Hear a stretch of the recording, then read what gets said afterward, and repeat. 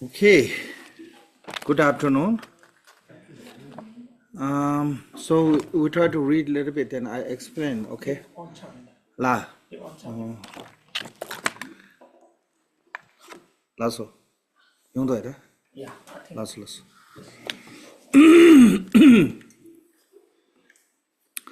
So you can see the name. Say treasure of the cities. This is the just specific name of the sadhana, and the sadhana of the main deity and the retinue of the Sambhogakaya medicine Buddha. So main deity as a you can see there main deity as a medicine Buddha Sambhogakaya form, and the retinue means the parni vatin sujinada. Retinue is the mainly is there's a four Dakinias. So this is called the five principal deities sadhana. Actually, you can say five principal deities sadhana. So, the core, which is mean the principal and retinue, just name. And originally it's wrote by Rinpoche. You say the Rinpoche is a first holiness Chunsa Rinpoche, but then he added by Jamgu Kundu, little bit, some part is Jamgu Kundu added. So those two together. Okay, then go to the inside the text. Said, whatever the immaculated, radiating divine path they have. This is a divine path. This is talking about the sky. What is the color of the sky? Blue. So medicine Buddha's color is blue. So this is a poem, kind of not directly saying that his name, like a sky color, the deity that is with the sky color, radiating with the sky color. And between the sessions, this is a talk about the between the session mean the sunrise and sunset. Sunrise and sunset, you see the saffron color. Yeah, kind of like maroon color, whatever, red, yellow, it's a color change. Not so that way, this between session is talking about the like saffron color. The accord with the radiation, those wear the saffron robes. So that's the name of the robes, because medicine Buddha also wearing those color robes. And the wise reveal the fine path from the erroneous confusions. So who is the confusions? We're sentient beings are really confused. How we confuse is because we think many of our activity bring us happiness. But it's not going to bring us happiness. That's our big confusion is the samsara. We mistake many things that can make us happy, but we deeper creating the negative karma from pursuing the happiness. Make sense? That is because of our confusion or our ignorance. We wish to be, nobody want to be suffering. Everybody is looking for the happiness. But at the same time, we always think that, negative action can bring you the happiness. Like some people smoke, some people drink alcohol, some people go to shopping, even you don't have money. So you think that that's going to bring you more happy, and it bring you deeper problem. Like people who smoking, you destroy your health. People who using alcohol or drugs, actually you really destroy your whole life. I sometimes when I go to New Mexico, particularly, every time I try to give the food for the homeless. There are so many homeless. A lot of them are really, destroy their life because of the alcohol and drugs, not because they don't have opportunity. I don't think so in this country. If you really stay on the, on your foot and take care of yourself, nobody is becoming homeless. I don't think so. No, there's many immigrant comes. I mean, their life is not like comfortable like you. Okay, one person have like 3 4 bedroom house. One is become like a office, one is become a bedroom, one is become living room, one is kitchen. They don't have that kind of, maybe like 4 or 5 people share one room, sleep in one room, 4 or 5 people, but still they can survive actually.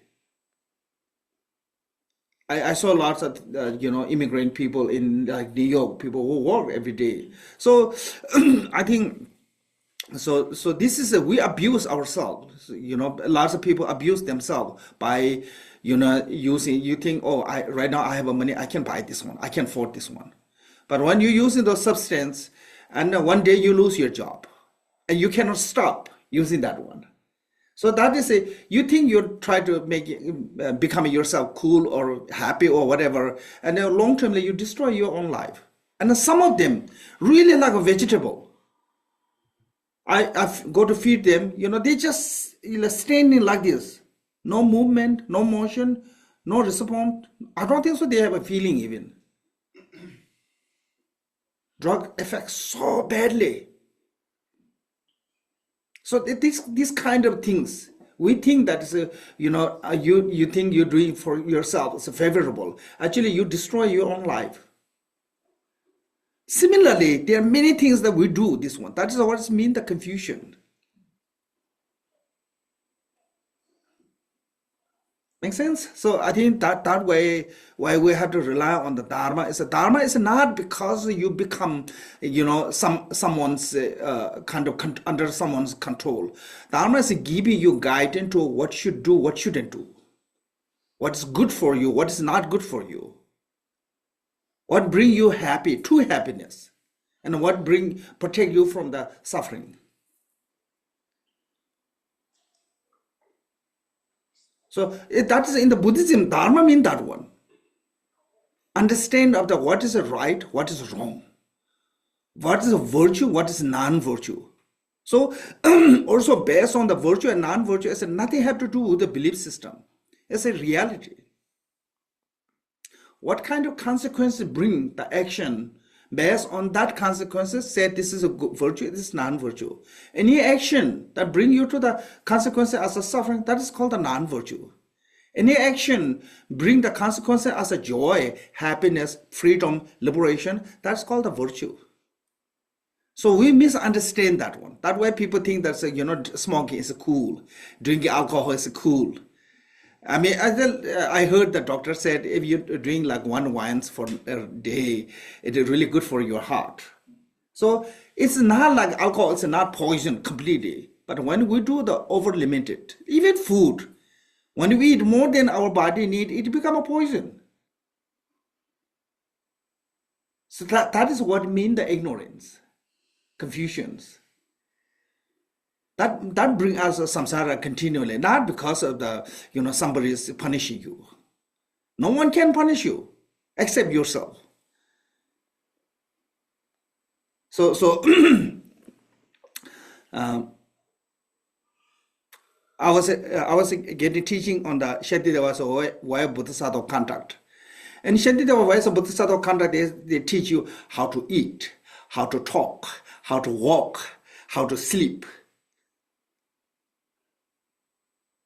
Then those all said really have to do something for your physical and mental health also, not just only like something say like a rule or regulations. This is directly related to your physical and mental health, how to become healthy. So then our teacher said, this kind of instruction, even your parent who really care about you, they cannot give you this kind of teachings. The guiding, not teaching, can say guiding, yeah, in our life. So that is showing in the Dharma. Actually, really, it's like a Khenpo which wrote one book called Permission and Prohibition as a Mood of Abide. I mean, it's just nature. It doesn't matter who engaging certain action, it's always a bit negative. And doesn't matter who engage in certain action, it's always a bit positive. So that way Jiddu said, even the 10th woman Bodhisattva, if he or she commit negative karma, there will be consequences. Nobody have a special permission to, escape from that. I mean, it's not saying as a, 10 women Bodhisattva will do that one, like with the eye, not going to jump from the cliff. But even you have eye, if you jump from the cliff, you die. Make sense? So that is it. That why we misunderstand. Sometimes we think that a certain action will bring us to more happy, but actually, slowly, you destroy your own life. Like people, when they have a little bit, problem, they immediately take medication. Sometimes that, it helps you at the temporarily, but long termly, I don't know it's helping or not. So you have to be careful with that. I'm not saying it's don't listen to the doctor, but I think you have to build a kind of like a boundary. So that way, basically, it's a sometimes mundane life, mundane, belief. Sometimes we think that we're doing favorable to ourselves, but actually we're not doing favorable to ourselves.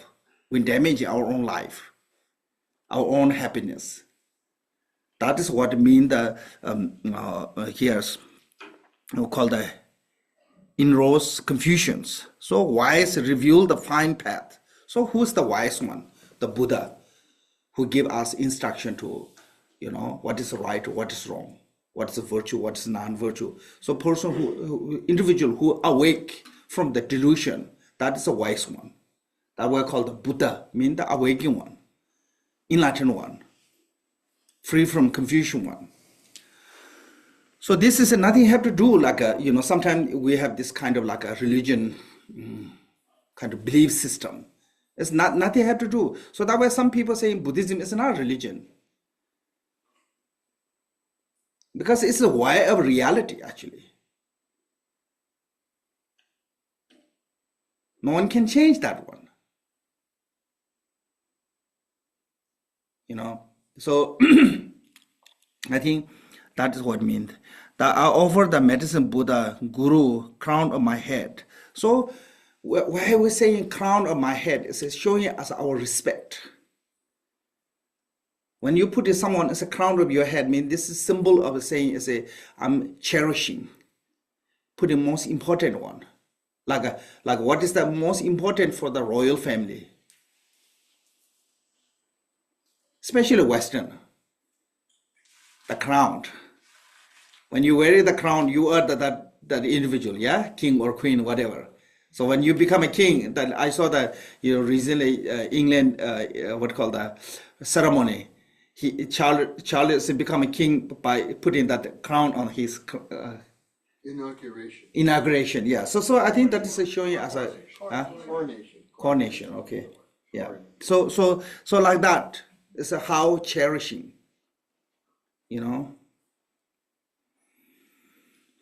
Your enlightened speech is the supreme dharma, amrit of the 100 flavors. 100 flavor mean just basically saying so many flavors. Buddha's teaching, like Buddha gave the 84,000 hips of dharma. 84,000 hips of dharma. Why is called the hips of dharma? Is because of one complete antidote of the one problem. It's called the one hips of dharma. So that way we mainly we have three big problems. Ignoring, attachment, aversion. So that we call the three basket. So these three problem when subdivided, and it become 84,000. That way 84,000 complete solution. How to eliminate those 84,000. So that way it's a many 100 flavor, mean the many idea. So each individuals, because their element, because their environment, because of their karma, different. Some people work on certain teaching, but that's not going to work on other person. Like some people easier to meditate on the loving kindness. But some people easier to meditate on the compassion. Make sense? So it's each individual have a different. So that way Buddha have to give the flavor, mean that based on that mental capacity of the being, I have to give the full, complete instruction. That's what flavor mean. Like sometimes you may think, oh, Tibetan Buddhism is too crazy. There are so many deities, there are so many, I cannot handle this one. I want a simple one. Some people say that one. It's not saying Tibetan Buddhism not requiring you have to practice all of them. They're just like a buffet, just show up you. It doesn't mean that you have to eat all of them. Just pick up whatever comfortable for you. Make sense? Yeah, when you go to a buffet restaurant, they're not going to say you have to eat all of them. Just say whatever you want, just here. Dharma is like that. Because each individual's element is different. Each individual's mental capacity is different. So that way, there's many different type of teaching Buddha gave teachings. So then you have to find a way to which one is suitable to you, based on your environment, based on your timing, based on your lively style, based on your livelihood, based on your mental capacity. Just pick up one, and then once you pick up one, what is important is a continuity.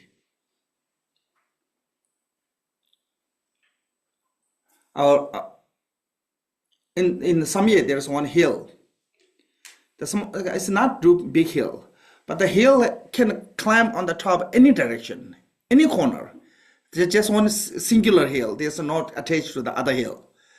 So you can go to circumambulation or you can go to top. You can go to any direction top. Any direction you climb, you will get to the top, the same place.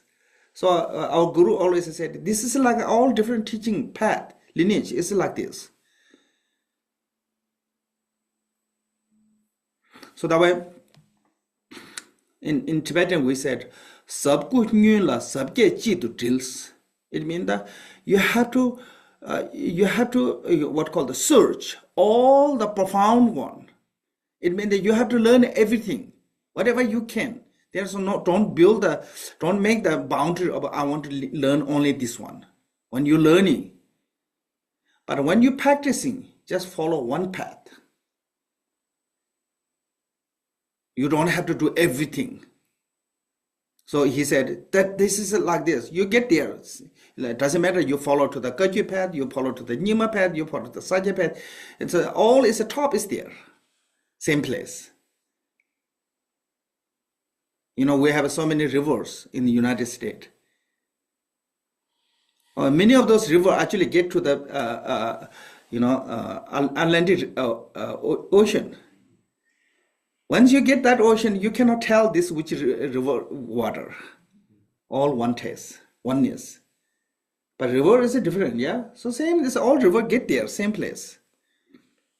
But you try to take boat for a little while for the one river and then go back to this is not suitable to me. I'm going to go other one. You try that whole life, you will never reach to the ocean. So that way, when you learn, don't learn much as you can. But when practicing, just follow one path, one tradition. Don't mixture too many things. It's not healthy. It's not good.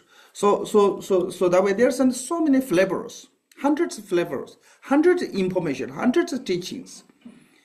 And so when you learn those all hundreds of them, but more you learn different teachings, it becomes more clear your path, what you're following.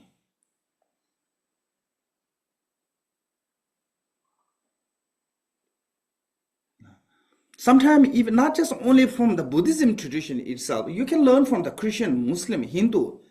Many religions have a similar, some have a different way to, like same meaning, but they talk different way. And not going to hurt you, anything. Not going to contradicting your path when you're learning, because then you know how to take what you need and how to leave what you don't need.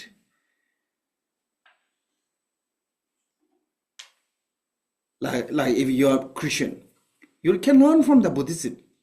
Whatever you learn, the knowledge, whatever supportive to your path, just accept all of them. Whatever not supporting, not directly helping your path, just, live as a mutual. You don't have to hate on that. It may be not suiting to you, that one. It doesn't mean that it's a mistake. Make sense? So, I always say, joke like this. When you learn it, make the two files, maybe 2-3 files. One is you go to use, one is just go to research. Because sometimes we say, oh, this is a mistake, this is not mistake. Then we make judgment there. We become an expert for everything. But yes, there's have hundreds of flavor. It means that there are so many different teachings, Buddha's teaching. Like Shakyamuni Buddha, we normally say 84,000 hips of Dharma. There's 84,000 flavors. That's what mean the 100 flavors in Latin speech. The supreme Dharma. Why is called the supreme Dharma? Supreme.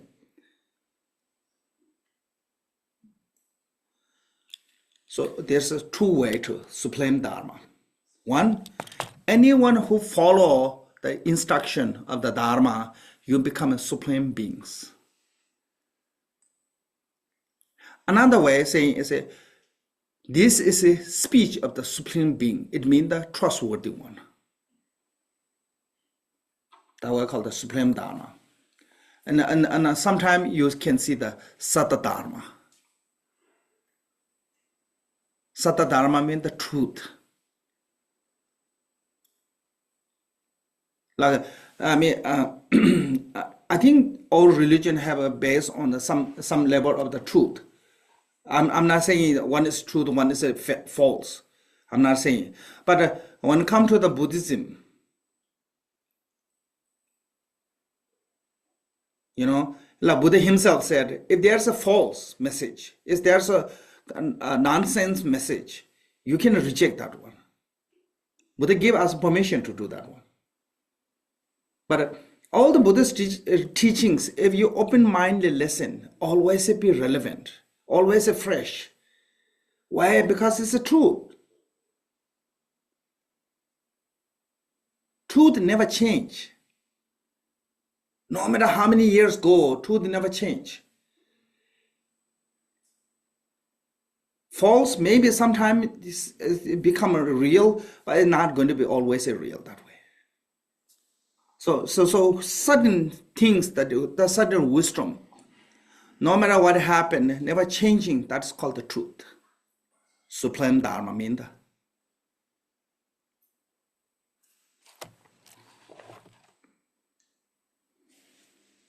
So like in 21st, like 200 years, science become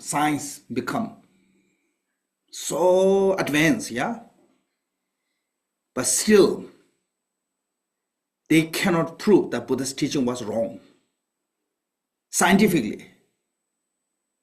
They don't really have that something that against that Buddha's teaching was a mistake.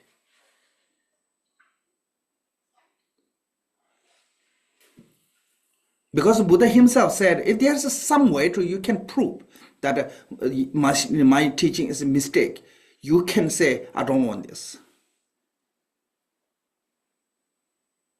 So that is what means the supreme Dharma. Never change. Truth never change. That was called the Buddha's teaching is a Four Noble Truth. Why we use as a Four Noble Truth? Because no matter what one become, then reality never change. Water always a water, fire always a fire, earth always a earth, wind always a wind. Time cannot change the reality of its own character. Make sense? You know, it never become a fire characteristic of fire is never become a moisture. Characteristic of the water is never become a burning. It's always a bit that characteristic because it's a reality. It's called the relative truth.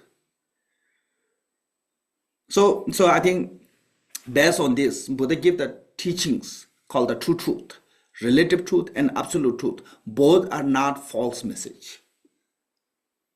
You without any kind of what called that dogmatic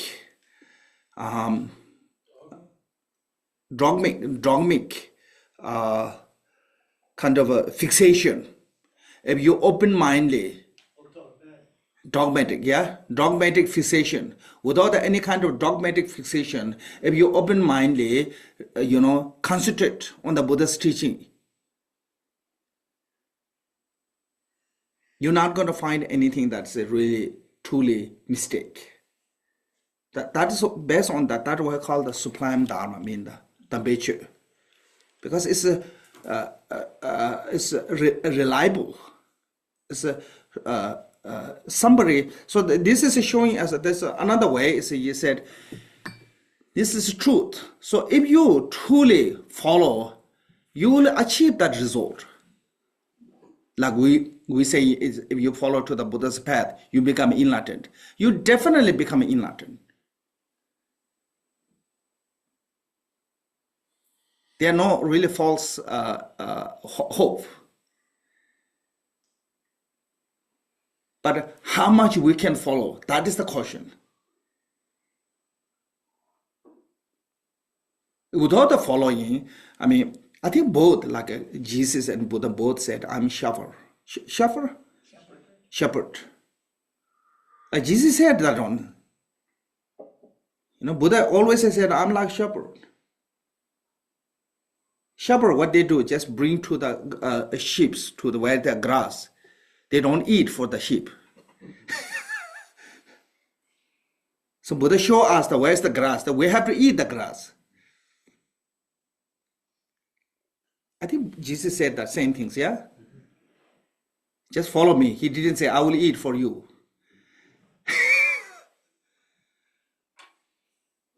So if we honestly follow with that, we will find our stomach full. Shepherd not going to bring the sheep to the desert, said, okay, you eat here grass, So I think that way it's called the 100 flavors. It's the nectar, essence that is not consumed by the asura.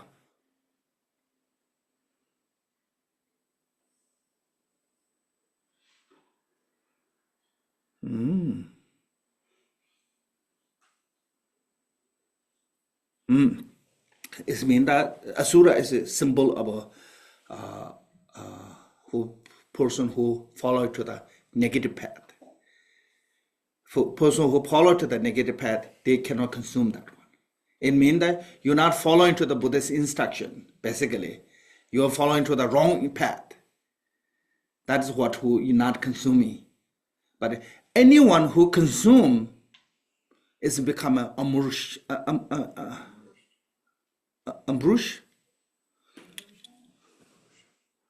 nectar, ambrosia. Yeah.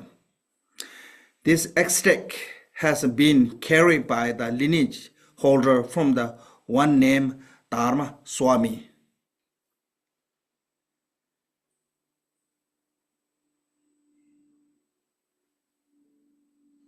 This is Dharma Swami means the rishi. Particularly this medicine is come from, not directly come, I don't think so, it's come from the always a Buddha. So this medicine is I think in India already have this medicine lineage long time. Even they know how to do the brain surgery long time ago. One Swami, he did brain surgery. If you go to the Ashokdam, I think maybe have this New Jersey one. In India, New Delhi, there's one called the Ashokdam Hindu Swami Narayan's temple. And that there, one area called the civilization of the India.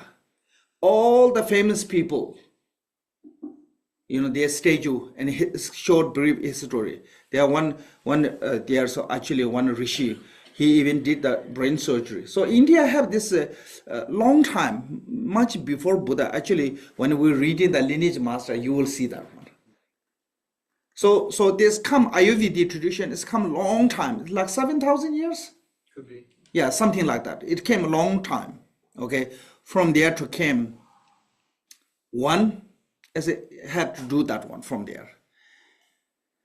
And also like a Tibetan medicine is based on there's called the Pao Lubun Pao. He wrote one called the Yanla Geba, 8 branch, for the treatment of all different type of a branch, so called the 8 branches. He wrote that one. So based on that, and also Tibetan Buddhist medicine is also from there, have copy from there those, and also from the Kala Chakra, because the Kala Chakra Tantra give you the detail about our wind channel bindu, of the detail of the human body. What call this? Body mandala. So I think there are so many combinations put together, and then many generation of Tibetan now is called the 4th Tantra of the medicine.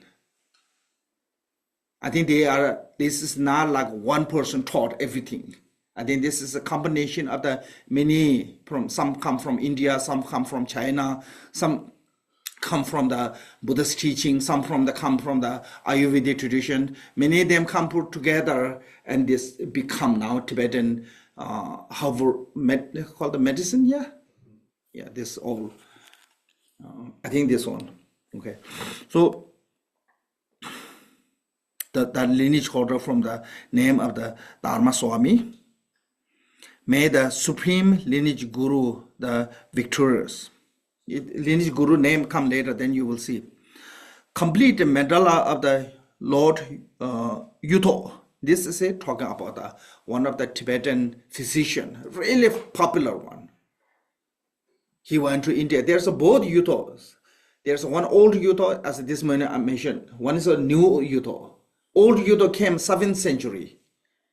New Yudo came like 11th, 12th century, around Marba's time. He also went to India. Both of them went to India, learn about the medicine from India. Especially in the Tibetan medicine, second one is really important, because he wrote this all the base of all the medicine root texts. There's called the fourth chapter, called the 4th Tantra of the medicine. So this, I think he is the mainly involved with this. So the Yudo means that his name, the second one, Tibetan called the new Yudo. And all the rest of the protector that emanate soothing moon being that dispel the anguish. Yeah. So a moon is cool nature. So what does the cool nature mean? The soothing from the heat of the disease. Cooling, So that is what it means, the cooling from the heat of the disease. So nature of the soothing is a moon as a nature of the coolness.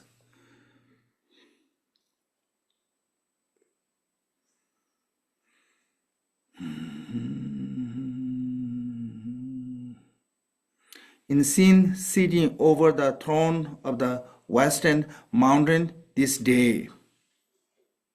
So it means that sitting over the throne of the western mountain means that like when sunset, day is over. It means the sun is gone beyond the mountain. Sunset in the west. So that is saying, what's saying is now declining the teaching of the medicine, physicians. Knowledge before was really deep. Now it's getting worse because people are more distracted. So that's mean the same. The tradition is ancient tradition of healing. So that way, this healing. At that time, the practice of the supreme dharma of the great perfection of the Adiyoga become the combined with the treatise of the medicine. Nowadays, it become like the decaying banana tree. There are many healers, but practitioners are far and few between. So this kind of a practice is supposed to be all the physician should do. If you are a physician for the, like what called Ayurvedic physician, but nowadays not that many people practice this one.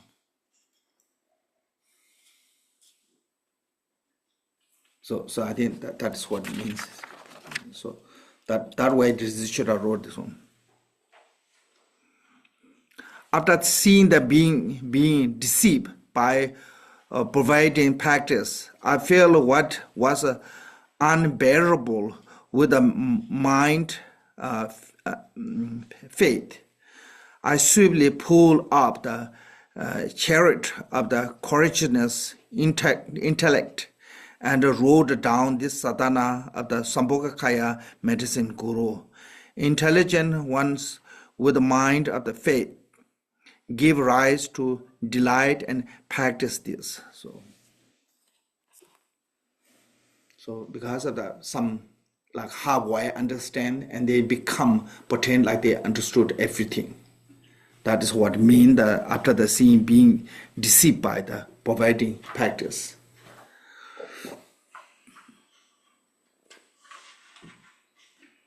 So Zichara, he wrote this one as a reason. I think that's maybe true because many Tibetan doctors, they don't practice those anymore. Originally wrote for this, particularly this wrote for the doctor, but many they don't practice. I asked one of my friend doctor, he said, oh, there are not that many people really practice these things. They just learn how to see that nerve and they just start giving the medicine.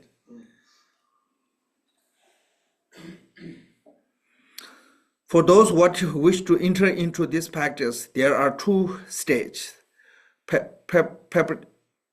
Preparatory arrangement and stage of the practice. First is clean the solitary place, sit out the sublime picture of the medicine Buddha. In the front of it, there should be stand for the mandala with a color, sand door, or lotus with a 4 petal as a circle. In the center, beautiful door, blue circle in the center, surrounded by 4 circle color of the 4 directions. So this is a 5 circle or 5 color as a symbol of a 5 family. Because this medicine Buddha is belong to the Vajra family. Vajra family is a Lord is a Ashobhya Buddha. Ashobhya is a blue color.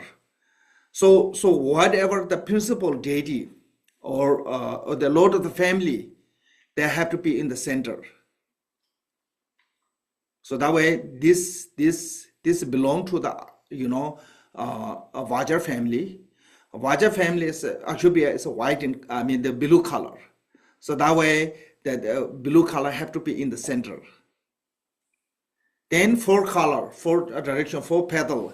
You can color for east is a white, south is a yellow, north is red.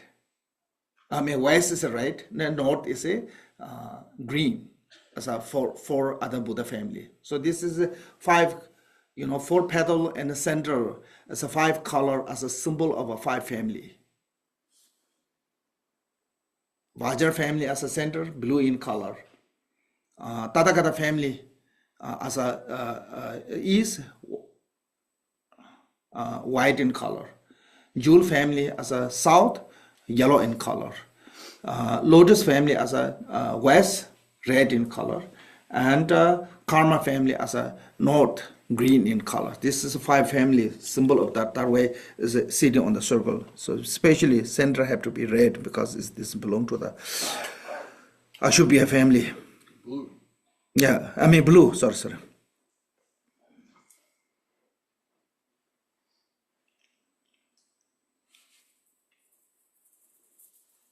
In the front of that place the medicine Buddha's Dharma that is around the white sprinkled with the three white and three sweet.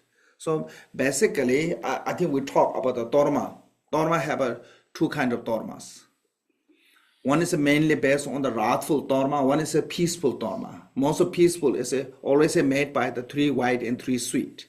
Three white is talking about the yogurt, butter, milk. Three sweet is talking about the sugar, honey, and what called the brown one? The Molasses. Molasses. Yeah.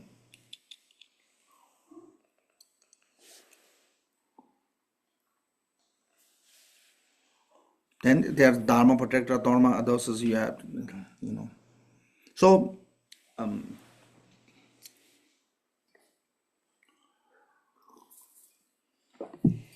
this Dharma have two kind of as this one. One is a Dharma as offering. Another one is called the Dharma of the accomplishment. So Dharma of the accomplishment, you cannot destroy it. Unless you have to keep there until your retreat is finished. Normally, we have to keep there. Like, for example, you see the TMC, we have some Dharma in the box there, continually keeping there. This is called the Dharma of the accomplishment. That is a symbol of a deity's body, mandala, complete. So you cannot destroy that one. In the Tibetan monastery, have a lot of them. Only you destroying when you make the new one. Only when you change it. That when you change it, that one, you have to dissolution. And after the dissolution, you can destroy it. Then you have to make new one. Then you have to consecrate again. So like you see the same mandala destroying. But you cannot just destroy. You have to pass through the ritual to dissolution. All the deity are dissolved. Otherwise, you like destroying the deity's actually house. So that way, this Dharma that we have here, those called them Nangdur in the Tibetan, which is mean the Dharma for the accomplishment is a mandala of the deity. You cannot destroy it unless you have to keep that one until you finish your retreat. This Dharma, because this is symbol of the deity's mandala complete.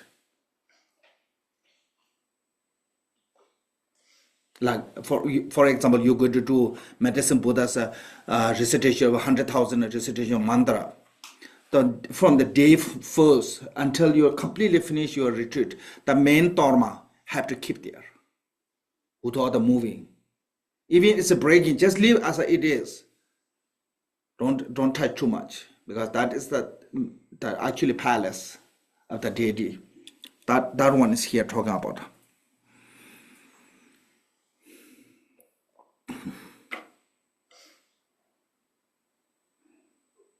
Dharma protector with the three side on the. So then said in the front of that palace, red Dharma for the Dharma protector with the three side. On the side of the palace, 8 small representation of the symbolizing as a retinue sprinkle with the silver and flesh, the blood, along with the alcohol. So this is called the wrathful Dharma. So you can see two kinds of Dharma. One is a white color, peaceful. One is a red color. So red color is a red color, and also you see the twinkle shape. That's called the symbol of a peace, wrathful. So that way, that one is you have to make with alcohol, blood, and this same. But normally in Tibet we use those things. Just only put the red color. Other than that, substance is all same. Don't misunderstand, because I saw some people. We said blessing with a nectar with a 5 type of meat and 5 type of a nectar, and some people really they put their own blood in the nectar and they drink that one. It's not healthy to do that one. Don't misunderstand. Nobody doing this one now. And also nectar, they never said your blood. So things that is really like high practitioner, they can transform the things that is a really, really bad one get transformed to make it really taste good and not going to damage your health. Otherwise, if you really use those, whatever, literally, it's going to be really bad for you. So don't misunderstand, because some people think maybe when you said, oh, Torma need a blood, they may put the real blood. It's really dangerous. It's not good. Shouldn't put. It said here, but only put the color as a red one. When there's a peaceful Torma with the 3 sweet and 3 white, so make the color as a white color, and the round shape, and a wrathful Torma, as you said, they said blood, and this, yeah, you can see, that's just only make the shape as a kind of like a triangle, triangle, yeah, triangle, and the color put red, but not no more than that. Don't misunderstand. You may think, oh, I have to put blood on this. Because what happens is, if you put the blood, then truly those evil spirits only come. Because you don't know how to transform them to this nectar. Because if you don't know how to transform them to the nectar, all the enlightened beings, they're not going to come there. Then you become a really bad, what problem is, why the evil spirit, what is it? When you become, too close with them, they will help you a little bit. But then rest of your, long period of time, until that spirit is dead, you become a slave of that one. Basically, you become a ghost. And you totally lose your freedom. You have no free to eat whenever you want. You have not free to go wherever you want. Once you become a spirit slave, really. So those are really dangerous. So don't take literally this one. So because I see some people using the blood, really blood. So never use that one. Especially when you make it tormas. Okay, it here said, but don't take literally. In Tibet, nobody do this one.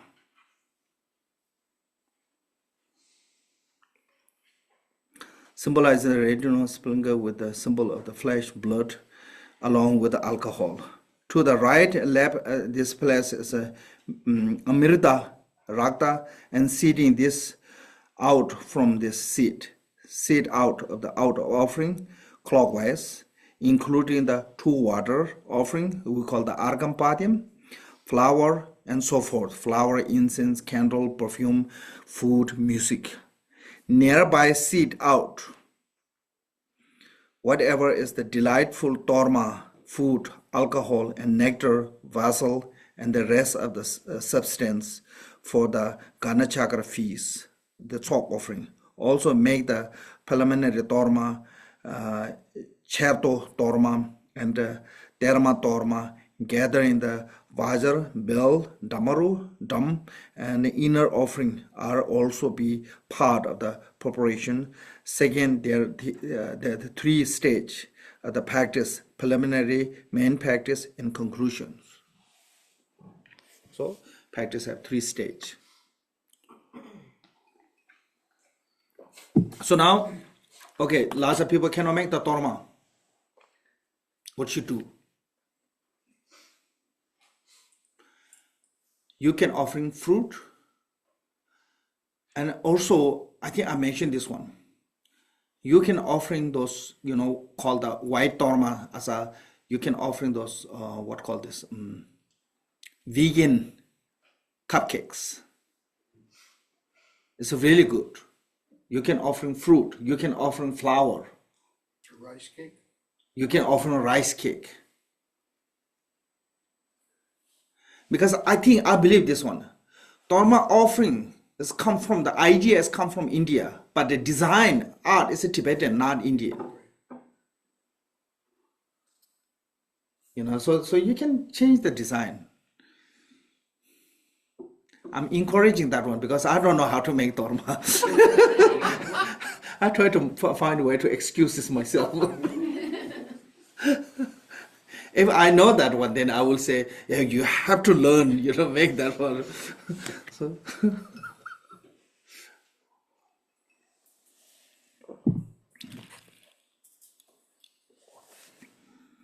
so now it's called the lineage prayer, called the first lineage prayer.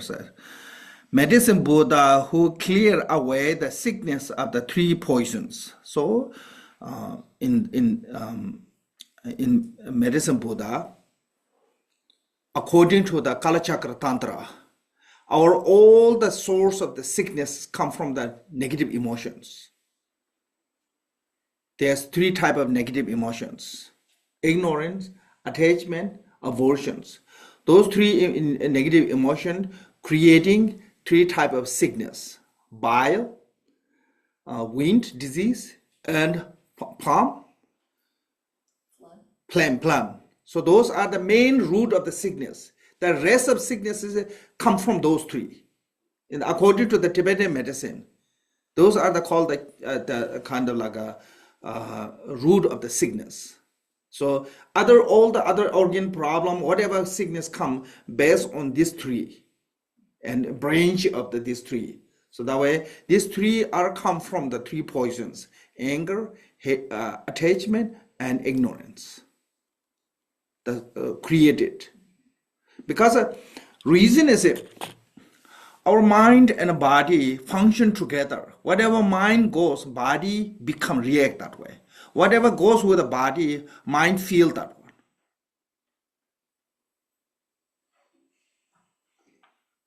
So this reason, when your mind is interrupt with this negative emotion, then you may have easier to come all those disease.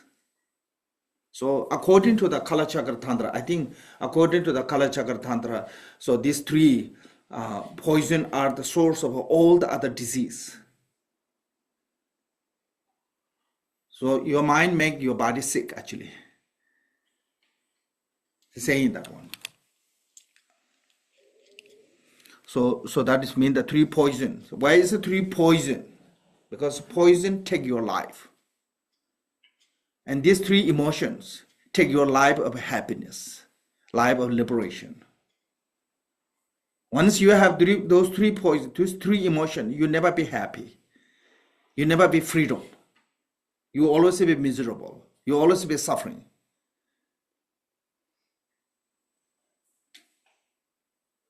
Make sense? Yeah. So that way it's called the three poison, because the poison kill you. So these three emotions kill your life of happiness. Make sense? Three poisons: cheap, primordial wisdom, dagini, tomo, pandensiri. So this is a tomo pandensiri. This is a dagini's name.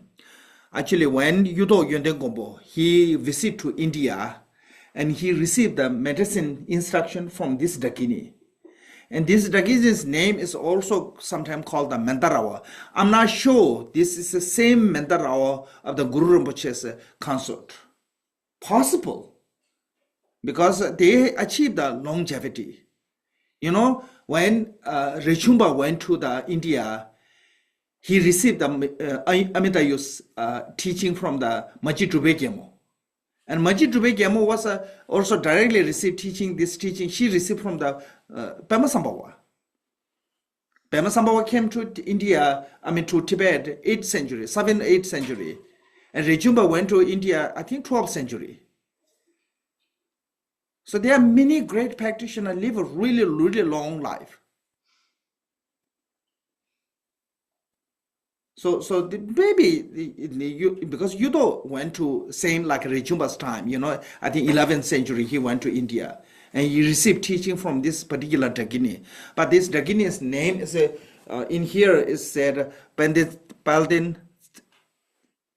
Ting, sorry. Tsomo Pendel Ting. Tsomo means the principle, Pendel Ting. Also, another name is her name is Mandarawa. So I don't know, this is the same Mandarawa that Guru Rinpoche's consort one or not. I don't know, but this is her name is one Pendetang's name is also Mandarawa.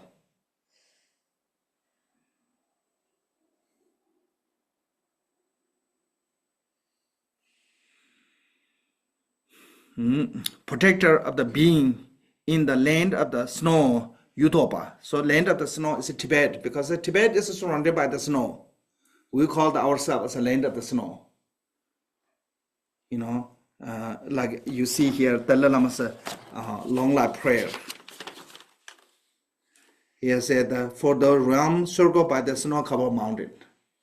That's talking about the Tibet. Poem to the Tibetan name is also sometimes called the Gadirawako. So it's the land of the snow. Yes. So this is in the Tibet.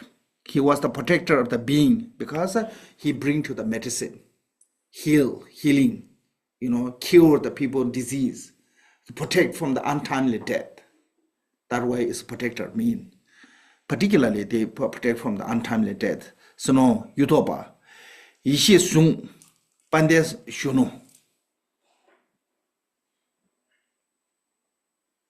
So this name is called the Sundun Yishi Sung and Pandes Shunu, those the disciple of the Yuto. Then Sanjay Rinche, Rana Bajar, Tundu Gyalsen, and Tangdi Kunchakap. That's so those is a kind of like name. I don't know, basically. Pandes Sochi. Subi Memoche, Sonam Wombo, Tsultrim Nejol, Ritu Sambo, Sugar Chuji J. So this one is Sugar Chuji J is Nyanyi Doji. He came, I think maybe like a 14th, 15th century. So he was the one of the also really important Tibetan medicines master. Some saying is he is a reincarnation of the Yudo Yondegombo. Emanation of the Yudo Yondegombo again came to the human form to Sugar. I think maybe this is related to the Kamboba's family. He's from that area, because Kamboba have a really famous with the physician, Kamboba was. I think maybe he's related. I heard somebody said he's related to the Kamboba's family, but definitely he's from that area. Yes, Sungar Chiji mean the Sungar Yangi Doje. Kujo Pesa, Jamba Gensen, Jambetse. Then Gombo Belwa, and Dunley to Sense, Gombo Chonwa, Digunchi Jitaba. So then from there to come Digunchi Jitaba. This is Digodama Kiti, first holiness Chunza Rinpoche. Earlier I mentioned, so he, who composed this text. Practice, the new one. Kunjo Lundu, Kunjo Tile Sambo, Cheye, Timbe Niche, Tenzin Dudul, Kunjo Chegi Jaso, Kamachua, Wase Jume, and Nude Tujinima, and Nude Lord Nude Doji. Nude Doji is one of the Tikung, really, I think, many texts he wrote. One of the you can see the Tikkun lineage. So this is basically Tikkun lineage. So then this is a little bit different lineage. This is I think come to the Nima lineage.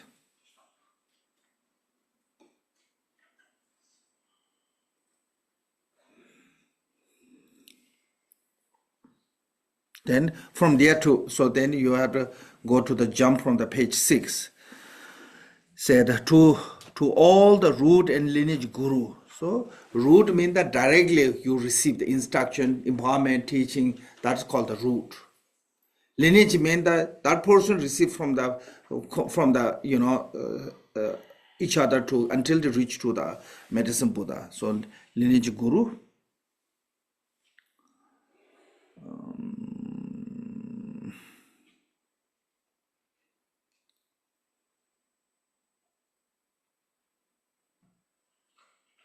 Refuge of the wandering being. With a devotion we pay, please grant your blessings. with the mind ripened by the empowerment, completely pure samaya, reaching the end of the outer, inner, and secret approach accomplishment. So, it's called the outer, inner, secret approach accomplishment. The practice itself have a generally practice called the outer practice, and a more deeper, more profound one is called the inner practice. The very, very sacred one is called the secret practice. So more deeper, and secret approach of the accomplishment. After swiftly entering into the stream of the gurus, blessing may our quality at the equal to the Lord Yuto. So certain practice as especially I think Vajrayana, blessing as a guru devotion is really important to accomplishing this high realization. So that blessing means that so through the guru devotion, then you receive something wisdom and accomplishment. May your quality equal to the yudo. May we be fully liberated through the upper door. May we attain the skillful path to the lower door. So this is a upper door is talking about the like open crown chakra channel. Inner door is talking about the it's called like a Tumu meditation, and this two wisdom and a method, we can say.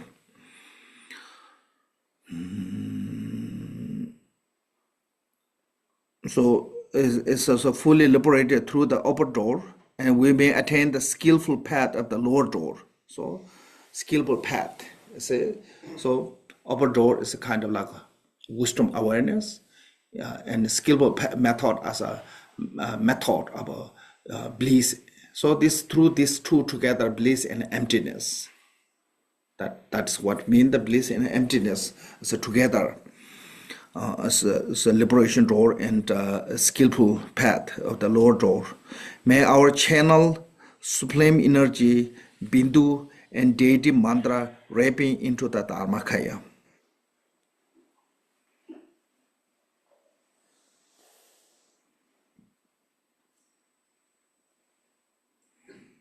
So see now also relate to the channel bindu, wind and bindu. Channel supreme energy. Supreme energy is talking about the wind and the bindu. So our body have a mainly three main channels, and three channel each one chakra. Each chakra have each one branch. That's generally, okay. This is whole completely like crown chakra is all cover the whole branch is all cover the head. Throat chakra is all cover the throat and shoulder. Heart chakra is all cover the inner organ, and navel chakra is all this area, and the sacred chakra is a cover all the leg. So basically it's all that this chakra is completely, our body is built with that chakra. Then chakra have every chakra have a wind element, so that is it. So when your chakra is healthy, then wind become healthy. So long as wind and chakra healthy, you stay long life. When your chakra is destroying, basically said, human from the conceive to until age 20, I think 22 or 3, is building the chakra. So once I think age 22, then every year one chakra or some number of chakra destroyed. So this is that we call our human nature circle of the life is 100 years. If you live really normal nature 100 years, because and when 100 years complete, then whole chakra channel, whole channel is destroyed. So more our channel is destroying, wind is becoming weaker. So that way we have a wrinkle and body is becoming more weaker. This is because now it's no longer functioning the wind in the there. Many chakra are closed, broke. So not function in the wind. So that way, less. Then one day we couldn't function the wind at all. So that way your final breath is exhale. Then you died. So then bindu means that there's basically called the one white bindu, normally white bindu in the forehead, called the come from the father, and a red bindu in the navel come from the mother. So this is how human body is built. Then as also bindu means I think there have lots of cells in the body. Those all is I think part of the bindu. So this in the medicine, according to the Tibetan medicine, according to this wind channel bindu, then they search what is the problem. So long as your elements is healthy, function normally, you stay healthy.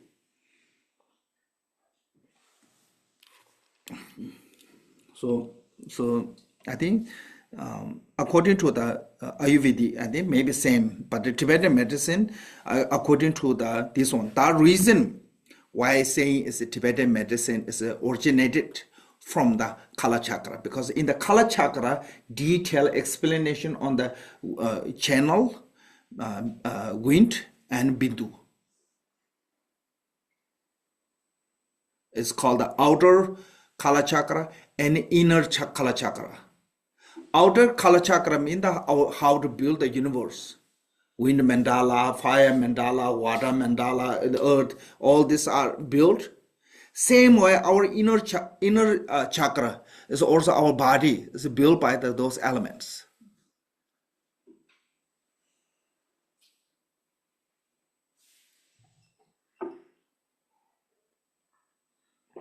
So Jidesunggun even said, some part of the our body's detail about the body's mandala, body mandala, so more detail in the medicine you can find.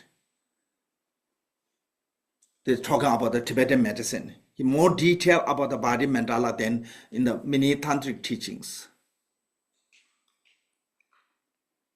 So that way, some saying is the Tibetan medicine is originated from the Kala Chakra Tantra.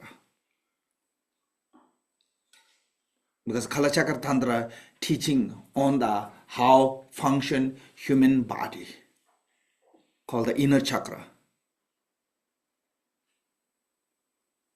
Outer chakra as a talk about the how universe function. So this have a really related. Whole universe is built by the 4 elements. Our body also built by the 4 elements.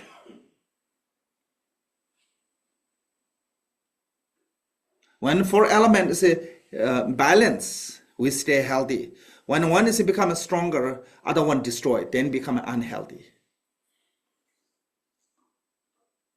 Sickness.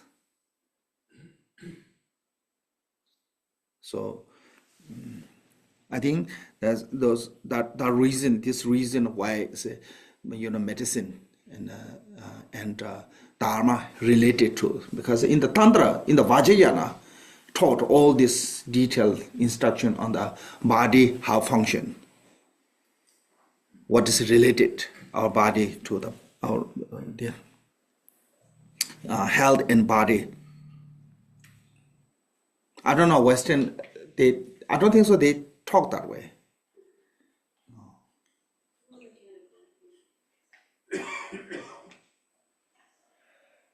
So in the Buddhism and the same like I think same as maybe Ayurvedic. Ayurvedic. Yeah, Ayurvedic and Tibetan medicine, they always talk about this like body and mind, how function together, have to be all come together.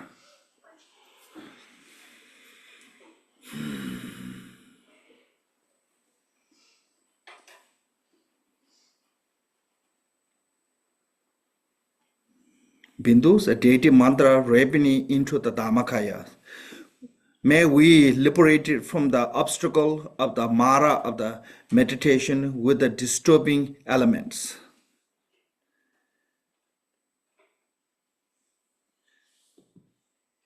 So why is it called the obstacle of the Mara of the meditation? It means because when your body is not healthy, your mind cannot meditate.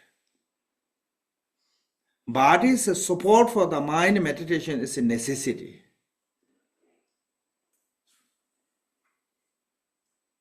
So that way said meditation must start when your body is really healthy. It's more function better when you start from there. You know, like also Tibetan Buddhism we have called the six yoga of Naropa. The mini master said the best way to start is around age 30. Those practice because your body is that time fresh. So also many meditation instructions said, you should start with a healthy body. I'm not saying it's when we're getting older cannot meditate, but when you can start younger, because some people saying, oh, right now not time to meditate, I'm have to enjoy. Then when you retire, you get way you can do it. I think that's a little bit harder, I think. So liberate the obstacle of the Mara of the meditation with the disturbing elements. So when our body element is not balanced, then it's called the disturbing elements. Sometimes when the water is too strong, get sick. When the fire is too strong, get sick. When the wind is too strong, get sick. So I think so when they are balanced, then stay on healthy. May we attain the Vajra form of the deathless Rinpoche body. Maybe nurturing medicine, King Bhagavan make it so cause of the three poison and resulted sickness of the three humors do not cause us any difficulty in this life. So called the sickness of the three humors is talking about the bile, phlegm, and wind, those disease. Then we will become a refuge for the all being, providing space. It means that now once we liberate it, then we can help other. Otherwise, we cannot help anyone else if you're not liberated. So this is basically talking about like we say, I want benefit of all mother sentient being. I want to become a Buddha. Why you have to become a Buddha? Because without you become a Buddha, you cannot help other sentient beings. Same thing is if you cannot stay healthy yourself, you cannot help other. If you want to help other, you have to stay healthy. Make sense? Yeah, I think that's. Then this is called the offering to preliminary dharma. This is like removing the obstacles. Said, I incidentally arise in the form of the glorious, fierce, wrathful Hiruka, with the overwhelming brilliant and the bliss like the apocalyptic fire. So even like Gebe Me is we say there's one fire around us. I think this is true when shuttle is getting to the near to the earth and it start fire. You know the media when come from the actually from the space, it's not fire. But when get to the close to the earth and it's become a fireball. Because of the atmosphere. We said that is fire. That is what mean that this fire is really strong and really heat.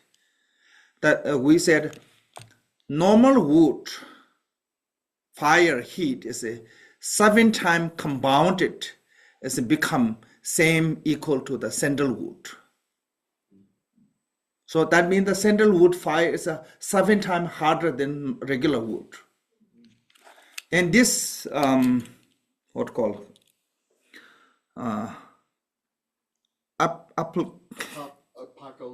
Apocalyptic.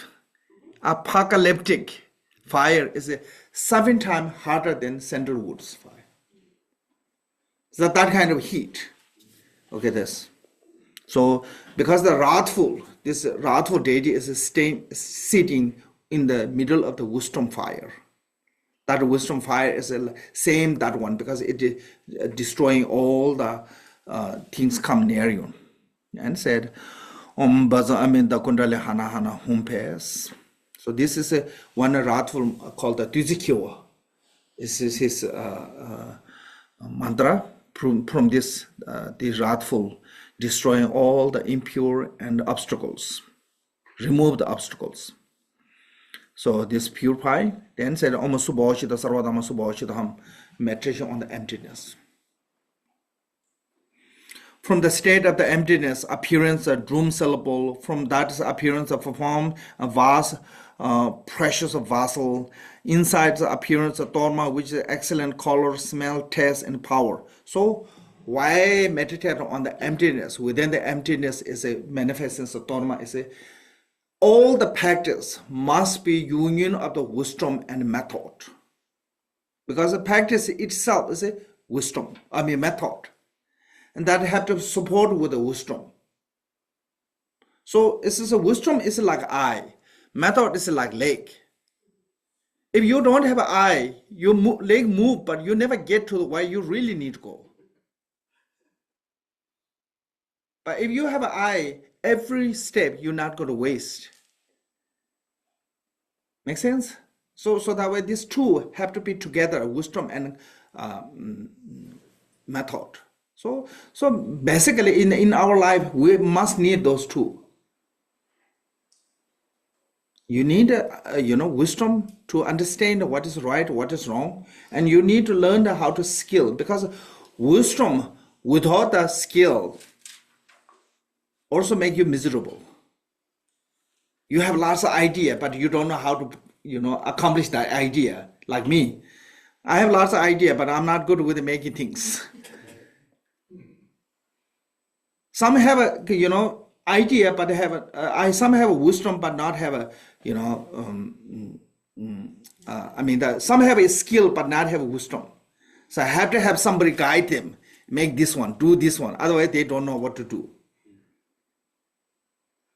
So one is that one, and another one is sometimes when you don't have a wisdom and you have a compassion, it makes you miserable. You see so many problems around you, but you don't know how to fix the problem. Make sense? Yeah. So this is a lack of wisdom. Compassion is also made miserable. But lack of compassion, wisdom can become evil. Historically, all the evil people, they are really smart. They're not, stupid. Stupid one cannot become evil. And successful evil cannot become. They need a great intelligence. So that way, this combination is really important. Wisdom supported by the method supported by the wisdom. So that way, when you said Om Subhashita Sarvadama Subhashitam, that's the wisdom of the emptiness. Then that visualizing all those offering objects, this is called the method. So these two together, combination of the two together, and become unmistaken path, like eye and leg. Eye see the direction, leg walk toward to that direction. Then you get where you need to go. So that way, this always in the Vajrayana always come two together. Union of the wisdom and method.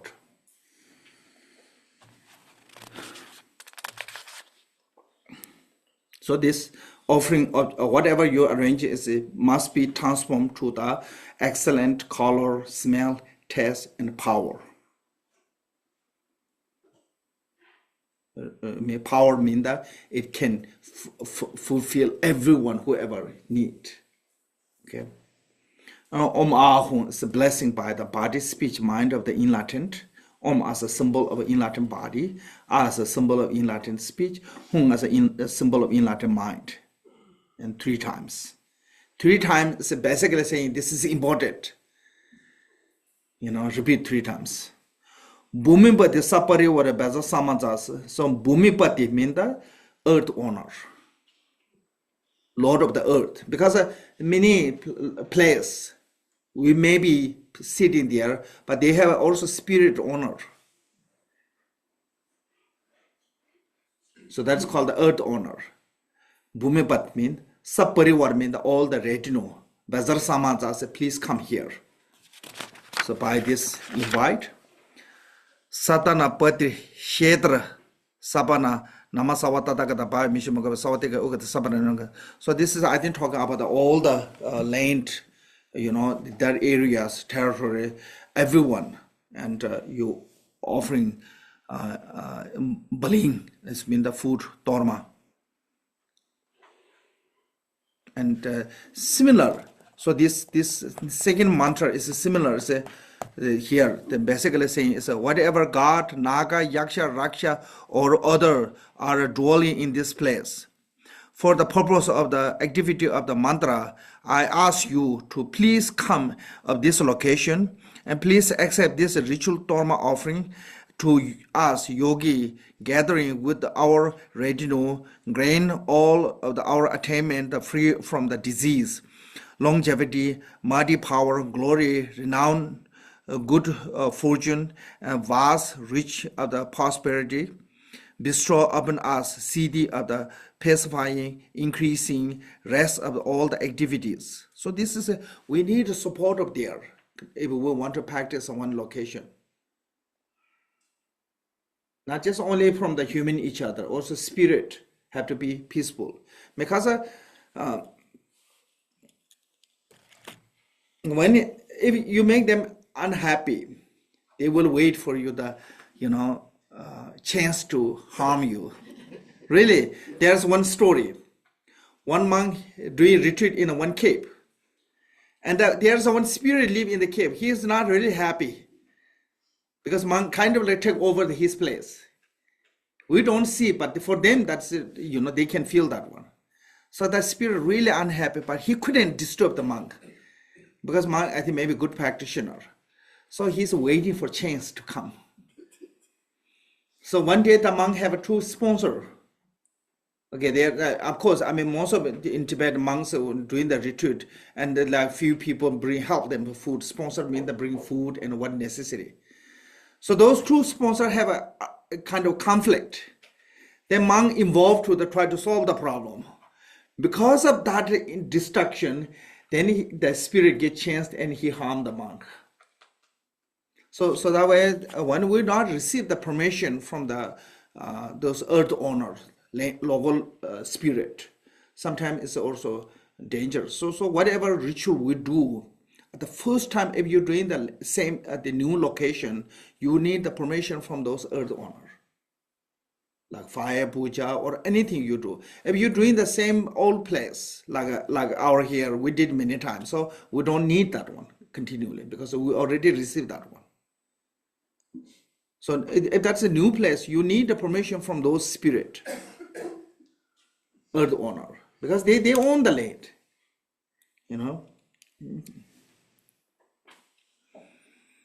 Glory, renown, good fortune. And so then once they become happy, then they bring all the good fortunes. Good fortune doesn't mean that you become like a kind of like a, Bill Gates or something, but it's basically talking about all you get the necessary things. Like Milarewa, one time he was a retreat in the one cave, and it's fall so many snow, many months, nobody can go. Then the local people thought he died. They did the ritual, all the funeral ritual, everything they done. Then when snow is melt, they went to collect his body, remain, But when they get close to there, then they smell food cooking. When they get the kid, inside the cave. Milarepa was cooking food, waiting for them. And Milarepa said, why you took so long? And they got really shocked. They said, Master, you're not dead? You still survive? When they look, actually his food is only halfway finished. What he brought from them. Like for example, he had maybe like a few weeks food and spent many months because of the snow. He said, oh yeah, I don't need this because those spirits bring me lots of food. Sometimes Dagini bring me the Ganachakra offering. So that is how when those all the spirits become happy, then they bring all the what need.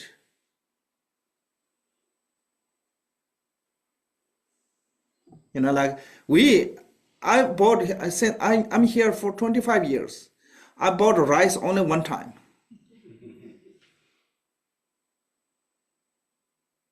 Really? So that is showing us. I'm not saying it's spirit bring me food. No, but people helping me. So then sometimes the spirit make them encourage them to. Right. Yeah, I believe that word. Like Holiness said, you need to do Naga Puja here. So we did lots of Naga Puja. So it working to this. Yes? Is the tormas, that's to kind of invite and to like exchange with spirits? Or? Yeah, we will have to offering them. Because a lot of them cannot just take whatever there is until they receive the dedication. They need the permission to use that one. Otherwise, it look like just walk to the grocery. Nobody going to see them. Just enjoy that one. They cannot do that one. They only can take what they receive. Bless through the bless or ritual or offering whatever you can. So that way, yes, it's a good practice actually.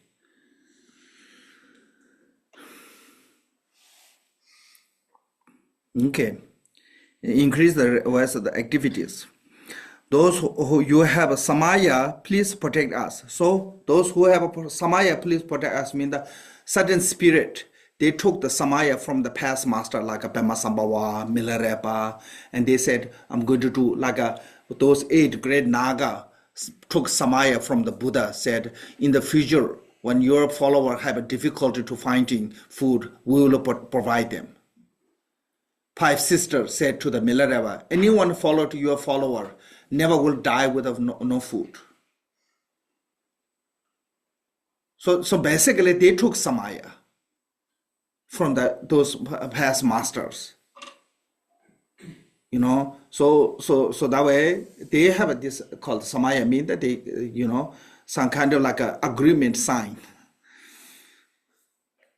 They have a contact with those past masters. So that is what this means, samaya. Please protect us. Bestow us a kindness of all the cities, and pacify ultimately death, untimely death, all the type of disease, obstructor, the force of the negativity, eliminated evil dream, negative omen, and the dark magic course of the evil sorcery. Cause happiness in the world, year of the good, hover, find corpse and dharma teaching to grow all the increase. Bring about every type of a joy and happiness, completely accomplishing our each and every wishes.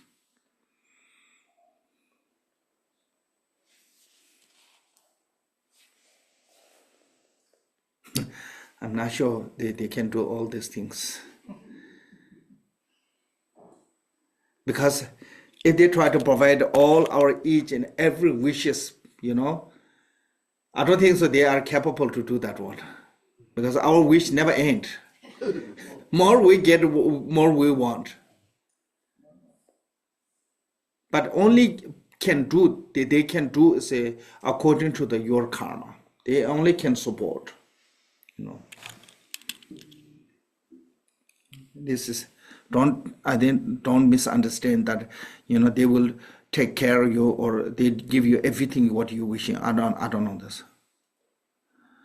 Then said Bhumipati Sapariware Ganza is mean that said all the Lord, what called the Lord of the earth, yeah?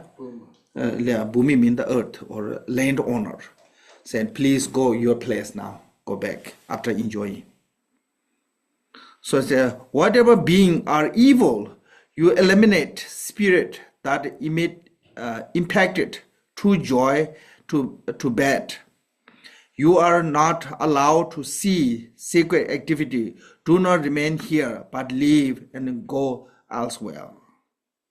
Then this wrathful mantra Om Sumbani Sumanam Jana Omana was called the four Hum mantra. So this is basically is a saying is called the preliminary dharma and removing the obstacles.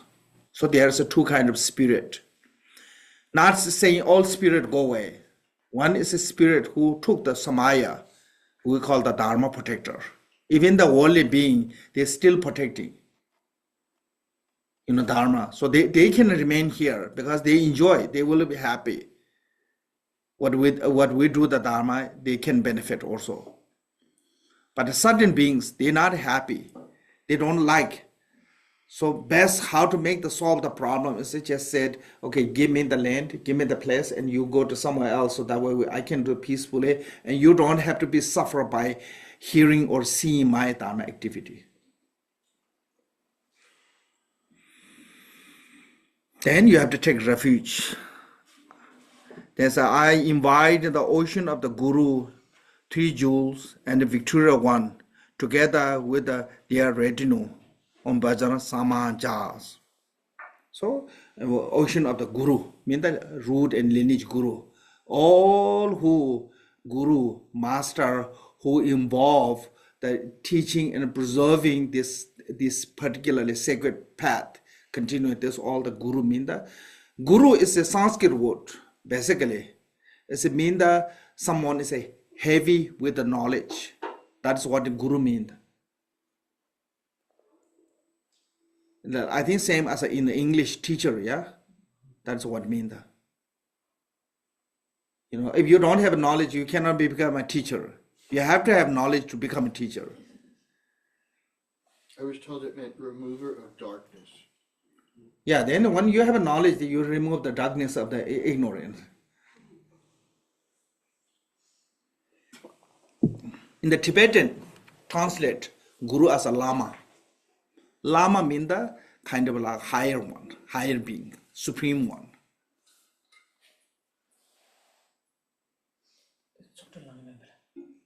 Now in the West, everyone is a Lama. Or the wrongest, if you wear the robe, you become a Lama. But in the meaning, Guru or Lama is the same. In the Tibetan, they translate as a Lama, which is mean the supreme one, higher one, or noble one, or kind of basically is a reliable teacher. And someone said, this is my Lama. It means the same is my Guru, my teacher. So, so.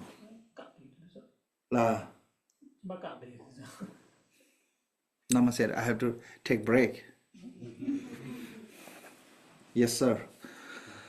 Om Bhajan Samaya Mano Balaya Bhajan Sado Teno Ba Distracted Member Sodo Kaya Member Sobo Kayo Member Ano Rado Member Sawa Sede Member Hama Suzame Zitam Shriyan Guru Ha ha ha ha ho Bhagavan Savadada Gada Bezra Mame Beza Bezeba Ma Samaya Sadhu.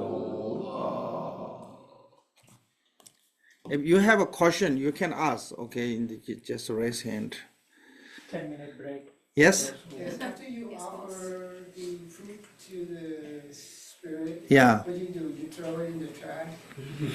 This is this I have a big question, Some Tibetan, recently my cousin also called me, said can I eat that food already offering in the shrine? Because one of the Tibetan monks said, if you eat the food offering in the shrine, this is a really heavy negative karma. But I agree. I think I believe you can offering for the food for an offering. I think after the offering you consume is okay. I think like we offering talk and we eat the talk.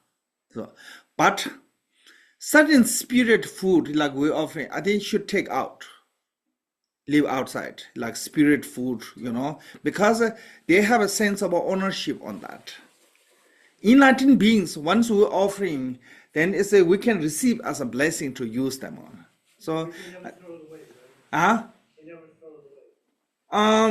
Normally no, we don't throw away, but I think spirit one we always take out.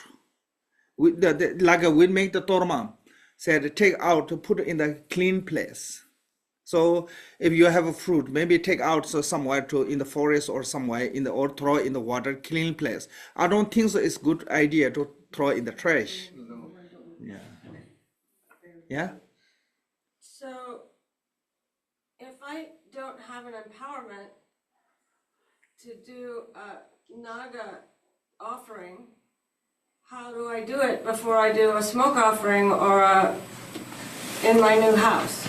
So this is it like this. If my, When you have one empowerment, that can cover for other, even you don't have empowerment.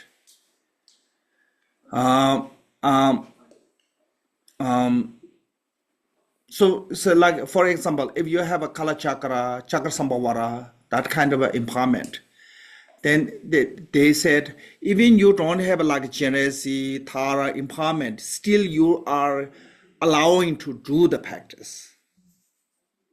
If you don't have any empowerment, then one thing is you can do the Dharma offering. I think it's okay. Small offering is no problem, but you cannot visualizing yourself as a deity. okay. Yeah, so I think that's a little bit different. Yeah, but I mean, long as you have one empowerment, particularly high yoga, tantric empowerment, I think practicing or this it's not a violation. It's not complete, but it's not a violation. So when there is one, you should take it. I'm sorry. So when there is a naga or a smoke empowerment, and you can take it, then you should take it. Yeah.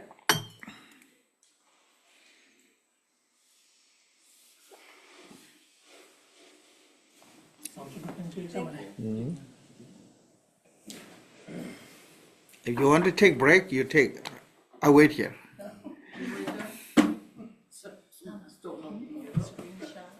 Okay.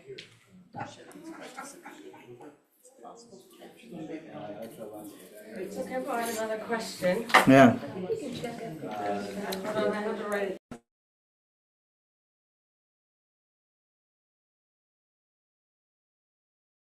Sawa sede membraya, sawa kama sutsame, tsitam shriya guru. When sawa tata gata bezra mame beza beze bawa ma samaya sadhu. So actually, when you practicing regular day, you can start from page 10, said refuge and bodhicitta. So text have to start with taking refuge. Refuge is two reasons. One is showing our intention or motivation, another one is showing as a, what called a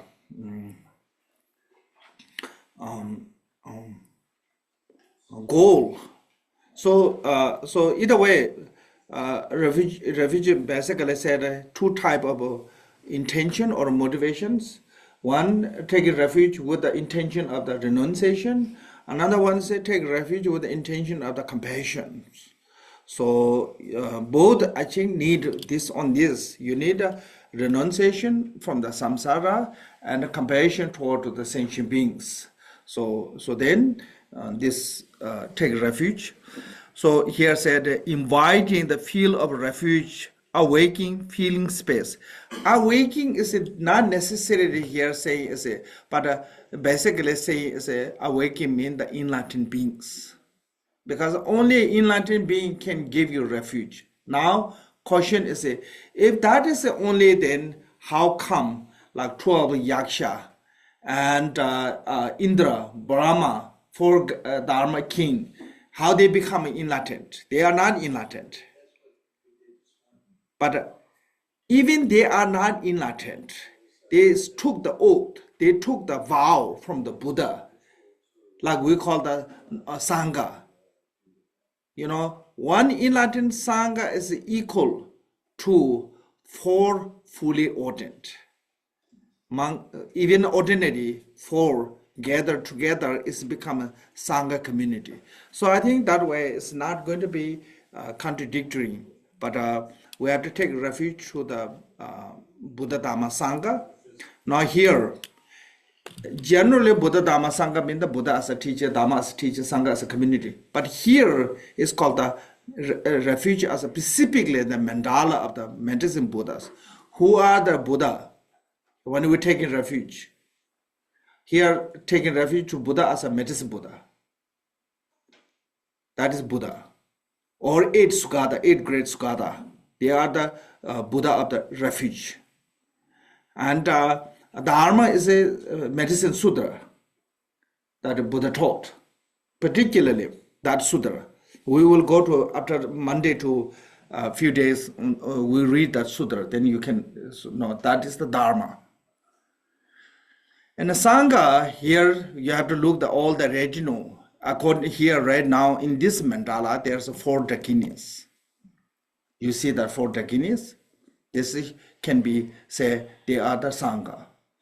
And the other, you know, is a little bit different. The Sudra tradition of the medicine Buddha, Nirmana Kaya practice is a little bit different. But I think become a more complicated people, so we don't talk about that. Basically, all the 10 direction Buddha and Bodhisattva manifest as these three Buddha Dhamma Sangha form of that. And also, you can say Buddha as a medicine Buddha, Dharma as a seed syllable and a mantra, Sangha as a 4 dakini of the retinue who perform the enlightened activities. So this is 3 jewels, Buddha, Dhamma, Sangha. We have to take refuge. So when we take in refuge, there's 2 types of refuge called the causal refuge and resultant refuge. Causal refuge means that we rely on those 3 jewels. You know, the teacher, teaching, community. So this is called the causal refuge, because when you rely on those 3 causes, you can achieve the result. The resultant refuge is saying, said, I want to become a Buddha. Yeah, so we can see here. Said, in the Buddha Dhamma Assembly Supreme, I take refuge until enlightenment is reached. So this is until enlightenment reach. That enlightenment reach is a resultant refuge. So, or another way, what is the enlightenment reach mean? That you are inner Buddha. Your inner nature of your mind is 3 jewels. Actually, nature of your mind is naturally pure from the defilement. You know, our mind is naturally pure. That pure nature is the Buddha. And that nature will never change. That nature does not get worse when we are in the samsara. That nature does not become better when we become enlightened. It never changes. It all remains same. Nature will stay same. That's called the Dharma. Never changing. Dharma never change. So that is a nature. That nature is always enlightened qualities. Our nature have enlightened qualities. Enlightened quality is not produced by somewhere else. Because if that is produced by something, one day it will become vanish. Whatever produced have to be exhaust, yeah? It's impermanent. Because that nature is the quality is permanent. quality of the Dharmakaya, compassion, wisdom, method, what called the ability, those enlightened qualities always be present within our nature of mind. That is the Sangha.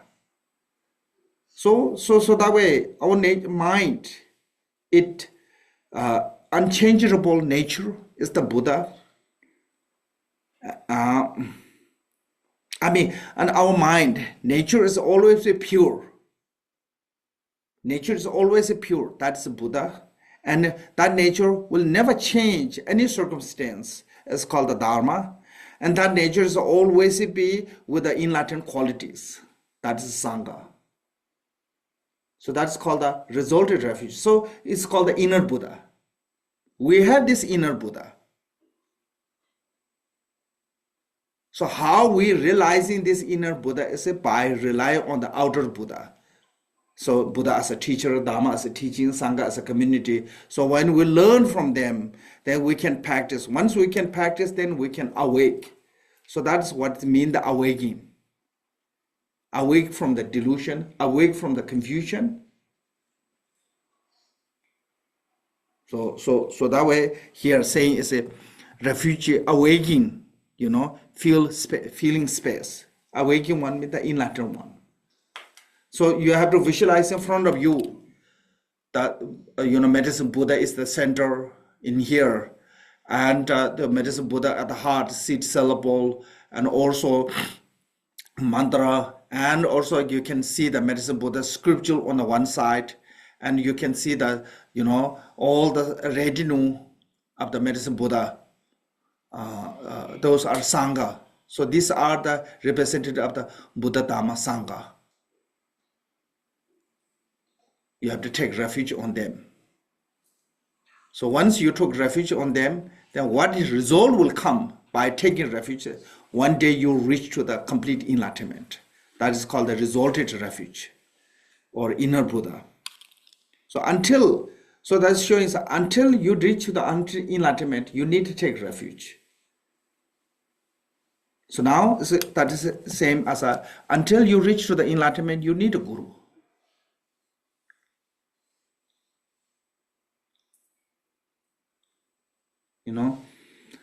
Because sometimes people have this attitude about, a little bit how to do the perform ritual or know a little bit Dharma. They say, oh, now I don't need any guru. I'm expert. Even the 10th Bhumi Bodhisattva, they need a guru. So like even the Buddha, medicine Buddha, called the Lord of the Family. Actually, Buddha is the Lord of the Family. Lord of the Family means the teacher, actually. So that way, until completely enlightenment, we always need all those three. Buddha as a teacher, Dharma as a teaching, Sangha as a community support. So this you have to take refuge to the three jewels, Buddha, Dharma, Sangha. Okay, until enlightenment reach. Through the virtuous action like a generosity, may I achieve the Buddhahood for help all sentient beings. This is a bodhicitta. Through the virtuous action. So this is called the action bodhicitta. Virtuous action, generosity, it means that including generosity, there's like 6 parameters: generosity, moral ethic, patience, perseverance, mental concentration, wisdom. Through the practice of the 6 parameters, you can become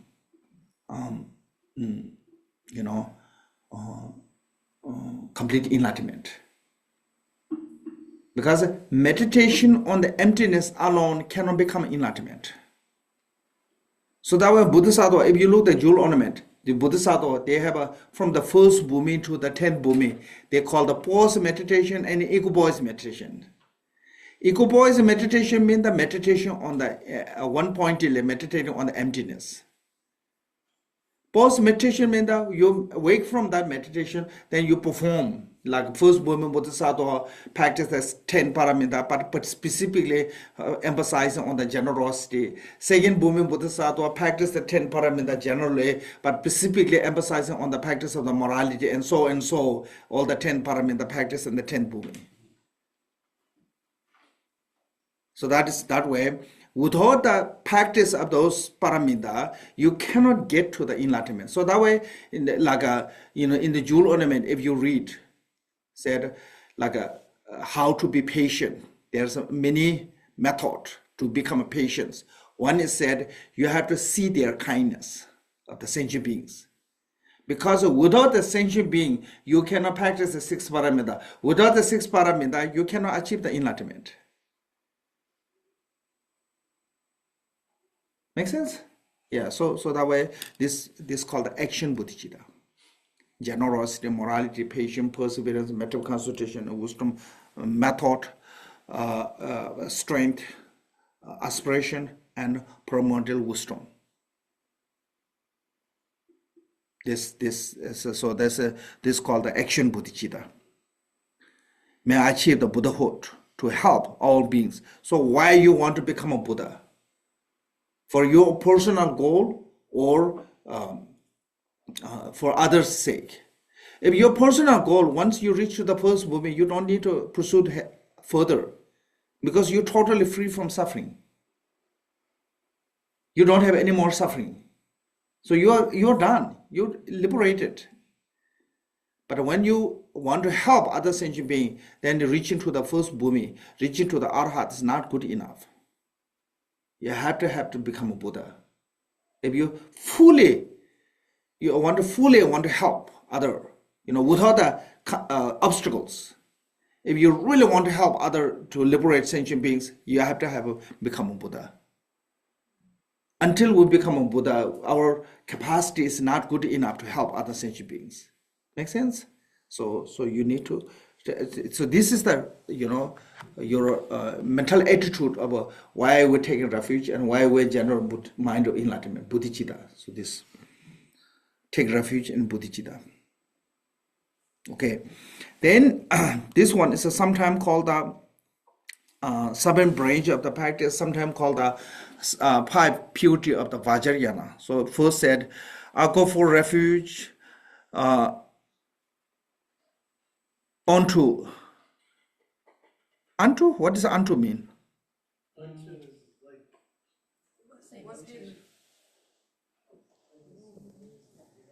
Unto 3 jewels. Can I ask a question? Yeah. So Arhat is which bhumi? First. Arhat from the wisdom realization is the same as from the first movement to the 5th bhumi. Yeah. So the quality is not same, but the view of the realization is the same. Then the 6th bhumi and the solitary realization is the same. Yeah. So unto is a old-fashioned formal word, like religious word, and it means maybe within or upon or Okay. amongst. I never seen this before. Unto. So this is a same as from the 5 branches of the purity of the Vajrayana. First taking refuge, same. Then second one said, confessing every non-virtue and misdeed. Whatever we did with knowing, without knowing, we have to confessing them. I think this morning we already talk about this. Like normally we like many times said, if you confessing with the full power, there's no non-virtue can purify it. Can say no non-virtue can't purify it? It's kind of a double negative. There's no I understand what you're saying. Huh? I understand what you're saying, but it's grammatically incorrect. So how to say that? You can't say 2 negatives Well, you together, because can it's say- negative to a positive. Every virtue, every non-virtue can be purified. Okay. There's no non-virtue that cannot purify it. Right. Cannot say that? You can, but it's poor grammar. So It's it's not, more easily understood to say every non-virtue can be purified. It's more to the point. That's the opposite, but No one can of both negatives. yeah. I would like to ask, Yeah. they say,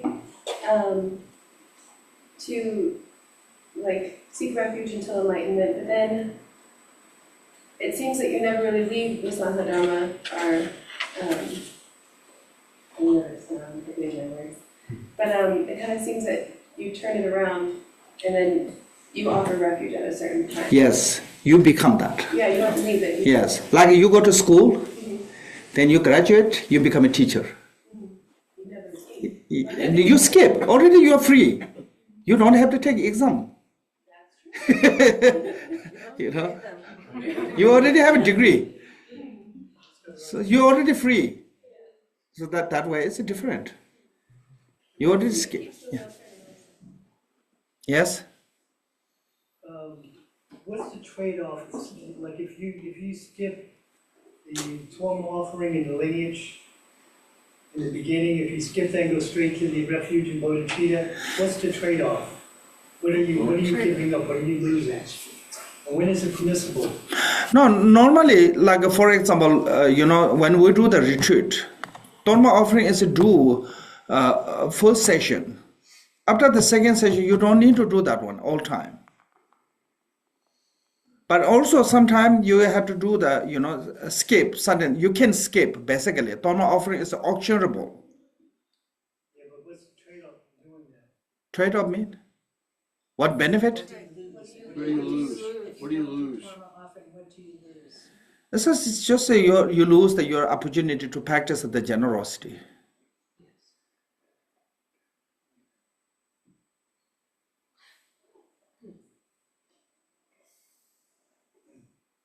If you have the time, Then too is better. You have time, make the cake too. If you don't have time, just cook the food. Forget about the cake.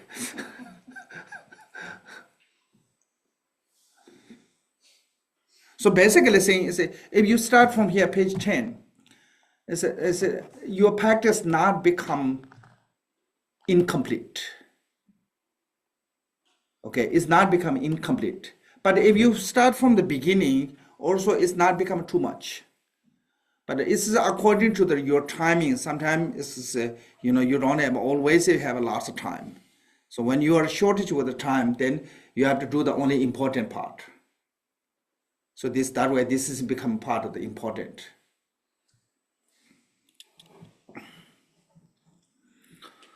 Are confessing every non-virtue and misdeed.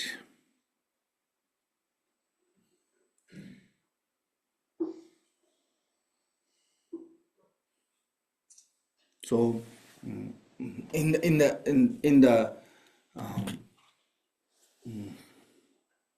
normally when we use in the four power called the power of the relying, lots of time using the Vajrasattva.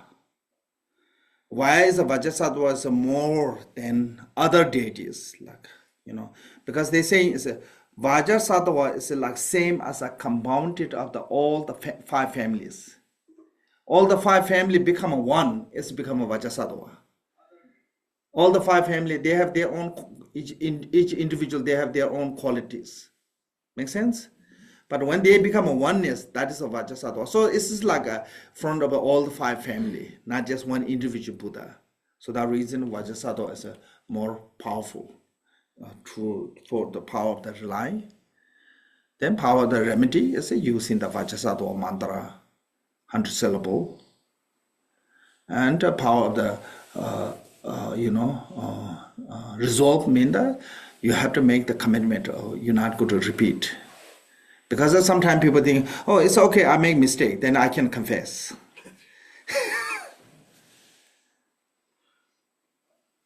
So this is like a then I think so. So basically, it's you have to involve all four power to purify with the confessing non-virtue and misdeed. I rejoice in the virtue of the wanderer. You have to rejoice in all the merit of the samsara and nirvana, like Sharvaka, Paticca Buddha, Bodhisattva, the nirvana merit. and samsaric worldly beings, lots of they do great deeds, like people run the soup kitchens, people run the homeless shelters, lots of social worker. So people do lots of good things. There are many people involved of doing lots of helping each other, helping their doing worldly virtues, and also you can say like practice like generosity, morality, patience. Those are also called the virtue as a samsara. So either way, whatever anyone is doing, it doesn't matter that person is a highly realized one or highly titled one or ordinary one. Anyone doing something good, you should rejoice. Even that just one like a ordinary one, just giving food to the homeless or something, just a little bit, that including that, you have to rejoice. In the 3 hips of confessing this practice, in there said like rejoice in even the virtue that gives one bite of food. So anything is involved when somebody is doing something, but I think there's a trick. Is if that rejoice is involved with the laziness or the stinginess, then I don't think so it work. It means that you are capable to do, but you don't want because you're lazy, or you don't want because you're stingy. Then try to rejoice. I don't think so it work. Because that rejoice is not pure. Involve that the negative emotion. Make sense? So other than that, I think if you see someone doing something good, rejoice on that. You get same amount of merit. So like a King Ajatasattu and the old lady. So I think we must rejoice anything doing. So I said, I rejoice in the virtue of the wanderers. Wanderers mean the sentient beings. I may mind behold to awakenings. Sometimes they say this is the ultimate bodhicitta. I may mind hold awakening mean the ultimate bodhicitta or absolute bodhicitta. Okay. In the Buddha, the Dharma, and the great assembly, I take refuge until enlightenment is reached. So this one is called the Mahayana refuge. Mahayana refuge is timing is different. In the Hinayana, timing is from now until time death, take vow. In the Mahayana, from now until enlightenment is awake, reach. Is it for yourself or for all beings? All beings, of course, yeah. So then another way is like in Hinayana, refuge is based on the intention of the renunciation. Mahayana is based on the intention of the motivation, compassion. So they're slightly different. Yeah. In Buddha Dharma assembly, I take refuge until enlightenment reach. To the accomplishing the aim of the self and other. So self and other mean that yourself and other sentient beings. I shall arouse the mind of awakening. Here, mind of awakening is talking about the bodhicitta, of the aspiration bodhicitta. Having aroused the mind of a great awakening, I shall take care of every being.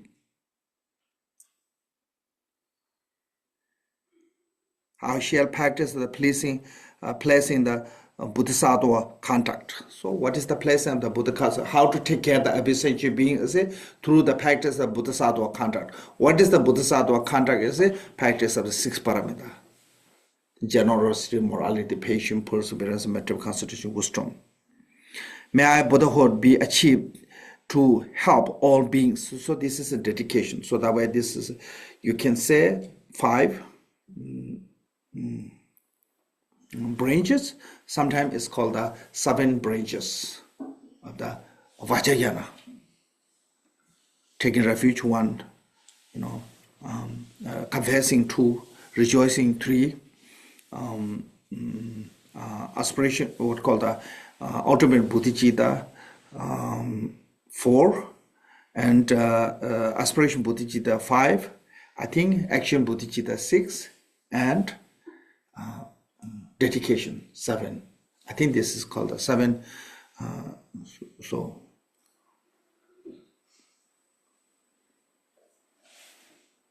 okay, then this is all called the accumulation of merit with the pure intention or pure fields. Then there's 4 immeasurables. May all sentient beings have happiness and cause of happiness. So this is according to the Dharma. What does love mean? The normal way people said, I love you. It means that I like you. So it means that I like you, that your appearance or who you are or your capacity, what you already have, I like that one. In the spiritual path of the love means that you wishing them to be happy. Not just only wishing them to be happy, they meet with the cause of happiness. So that way I said, what is love? In the mean that the being happy and the cause of happiness. May they be free from suffering and cause of suffering. So that is different. I think English they say, I heard this one they say, if somebody like the fish, don't give fish, teach how to fish. So cause of happiness. Give them cause of happiness and teach them cause of how to eliminate the cause of suffering. Like Tsultrim Rinpoche said, if you do like materially, whatever you do, you cannot repay the kindness of your parent by giving food, clothes, house, and you can give anything. You cannot repay the kindness of your parent. But if you bring them to the Dharma, you can repay the kindness. Because material is temporary. Sooner or later, they lose that one. Even you give them millions of dollars, they cannot use that all. Sooner or later, they have to leave that behind. So that way, there's no forever you can give. But when you give through the Dharma, so whatever achieve the happiness from the Dharma is forever. So I think with the Dharma can repay the kindness. Make sense? So that is what it means, free from suffering and cause of suffering. Through the Dharma, you can give them the happiness and cause of happiness, and free from suffering and cause of suffering. You can give that one love and compassion. So this one. Then the third one said, may they be free from suffering and may they be not be separate from the happiness and without the suffering. This is called the joy. Must they always remain with the peace, happiness. May they abide in the equanimity, free from a bias of attachment, aversion, and those near or far. So this one is sometimes people saying, oh, you don't have an attachment or aversion. That's equanimity.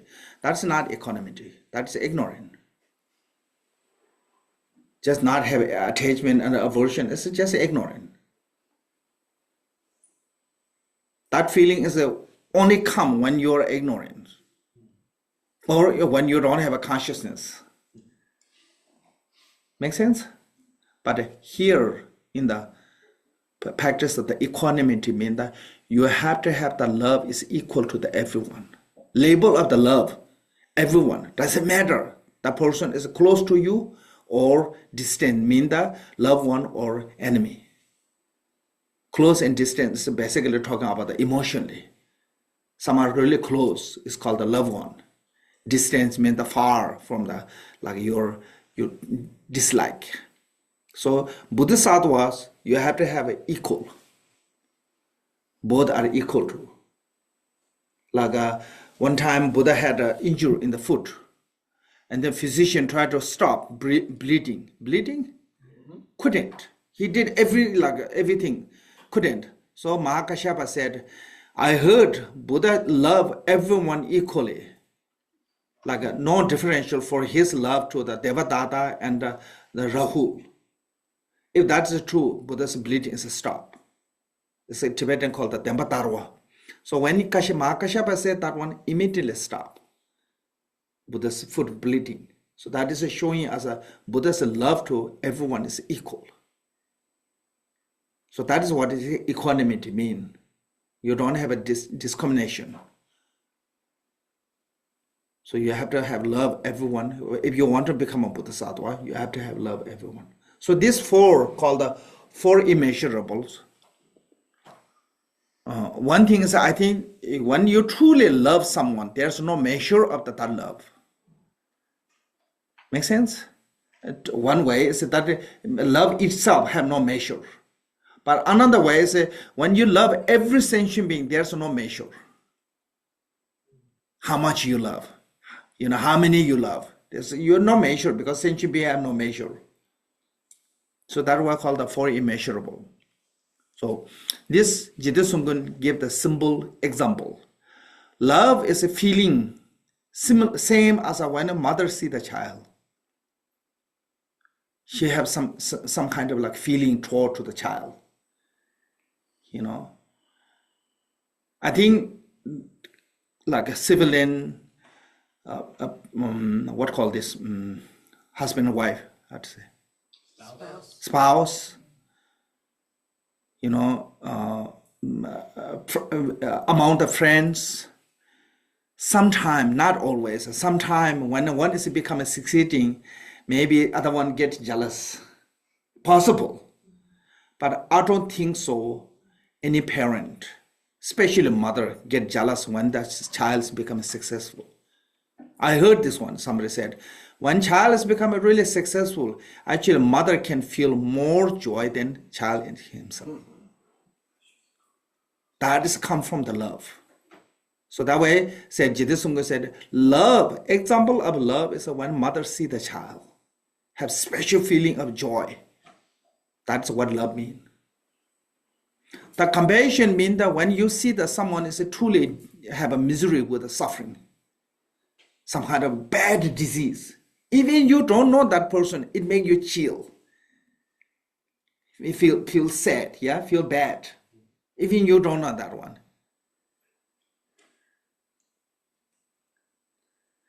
I heard this 2008 when Tibet uprising in Lhasa. So of course they kind of fighting with the Chinese. Even they destroy some Chinese shops, Tibetan. But same time, their Chinese men injured. So Tibetan people bring him, they're treating them, So when you see that someone is truly suffering, and even, you're directly involved with your enemy, but still you have a feeling of, you don't want that one. I think lots of soldiers have a problem, mentalist problem, is because they feel that way. Make sense? So either way, even you don't know that person, when you see someone is really badly caught with a disease, then you cannot bear it that way. You cannot enjoy. You have that. So Jiddu Sumgun said, compassion is when you see someone is caught by the disease of leprosy. Leprosy? Yeah, leprosy can lose everything. I mean, it's okay. Then joy is example of joy is a first time meeting, really true close friend, long after. When you see someone, a really close one, is after many months, many years, and you get some joy. That is what does joy mean. Then his equanimity said, equanimity is between the sleep and awake. I think this is more talking about the ultimate nature of equanimity. I'm not sure that example is directly connected with this. I don't know, but he said that with those. So this is called the accumulation of merit with the impure field because the sentient beings. Then said Zahom Bamho, thus the field of accumulation dissolve into me. Then you visualizing they melt the light, all the three jewels, all the every beings who was field of accumulation, deity, three root, everything, and dissolve to you.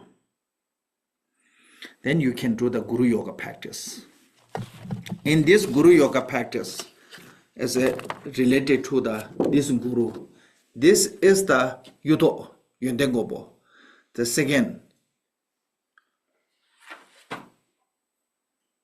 Guru of the medicine Buddha. Can say medicine, Guru of the medicine. He was born in around, I think, like 10 or 11th century. And he went to India and he received the teaching on the medicine and bring to the Tibet also.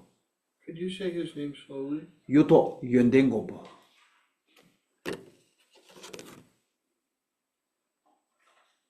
In the Sadhana said his hair is a black color, dark black. Here's really white. I think he lived a really long life. Huh? He was older. Yeah, much older. So the Guru Yoga. On the crown of my head is the lotus with the four petal. In the center of that is up in the moon mandala is the embodiment of all the Buddha Buddha of the three times, and Mahaguna, that is his name, Yundengobo. Mahaguna means the Yundengobo. He is white in color with the rosary complexions.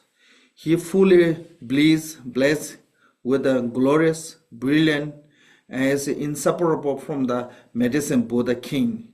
He has one face, two hands. His right hand hold the stem of the arura plant with the three fruit of his side, and his left hand hold the vase filled with the nectar ornament with the young saffron plant. His black hair is loose. He wears a white silk robes around his body. He has the maroon build. His bare feet are half cross. Yeah. You don't see because he's covered with clothes. Seated, cheerful, in front of him is the white goddess playing the precious lute. To his right is a yellow goddess playing the vulgar thigh bone flute. Behind is the red goddess playing the human thigh bone flute. To his left is the green goddess holding the silver mirror. All are making music from the enlightened body speech. And the mind, a light ray emanate from their nature abode, and the assembly of the Buddha, Bodhisattva, medicine guardian, and protector are instantly inviting, and the become inseparable. Then with this you have to recite the mantra of the there's only short mantra said Om Mahaguna Siddhi. Actually, his Guru Yoga, there's another Guru Yoga of this called the Yudo Nidhi, Lemon Nature Guru Yoga. In that Guru Yoga, his mantra is actually longer. Om Ahum Guru Guna Nada Bazan Sado Dhamma Kaya Mahamudra Siddhipala Hums. That is complete mantra. But in here said Mahaguna Siddhi Hum. Maha means the great, Guna Siddhi. Maha is, great Gombo Siddhi Huns. It's accomplishing. So we have to recite this mantra with the Guru devotion.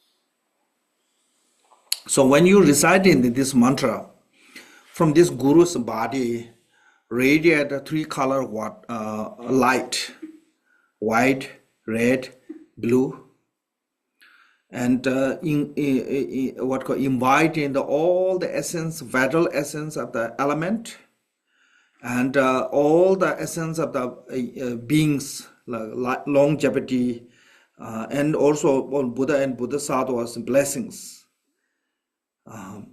And inviting return like those all vital essence of the element and all the enlightened blessing form of the five colors. The nectar of the blessings, the form of the five color rainbow, and deserve to you. Deserve to the vase, the long life vase in here.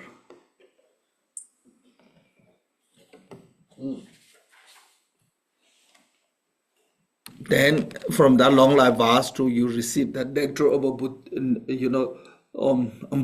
called the Amrita, or what called the Amrita? longevity nectar. Yeah, Amrita. Ambrosia, yeah. Ambrosia. Huh? Amrita is the flower. No, No, Amrita is the nectar. nectar. So ambrosia. Amrita. You're saying to.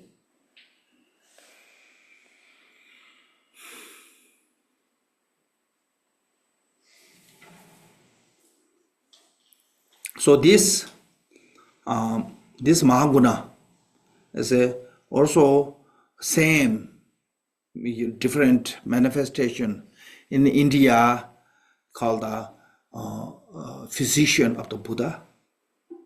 He also reincarnation of this that physician of the Buddha, Pema Sambhava, and Bao, Loban Bao, who was also wrote this called the eighth branch of the medicine in India. He was the disciple of the Aryadeva. So this was really, I think he was from the Afghanistan or Pakistan from there. And in ancient time in India, what they do is with the Buddhism and Hindu, they debate. Whoever lose, convert to that. So he was a really popular debate, and he had like a special CD from the Shiva. So nobody can kind of like defeat him. Then his mother said, "This is small place. If you really want to defeat the other scholar, go to the central India, go to like Nalanda." Then he went to Nalanda. Nobody could debate. So then he become really head of the Nalanda. He's giving hard time to all the monks. Then monks sent to the secret message with a Mahakala form of a raven, red crow. So Mahakala went to the South India. At that time Nagarjuna already South India. So then, because Nagarjuna is already old, then his disciple Aryadeva said, "You are too old to travel like this too far. I'll go." So then they debate, Nagarjuna pretend like a Hindu and view of this particular, and Ayadeva. Then Ayadeva win. Then Ayadeva left. And on the way, Ayadeva was born from the lotus, so he was really beautiful, handsome, very handsome. So that the forest guard is so attached to him, said, "Please stay in our place.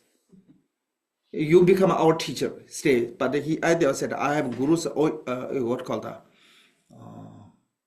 order to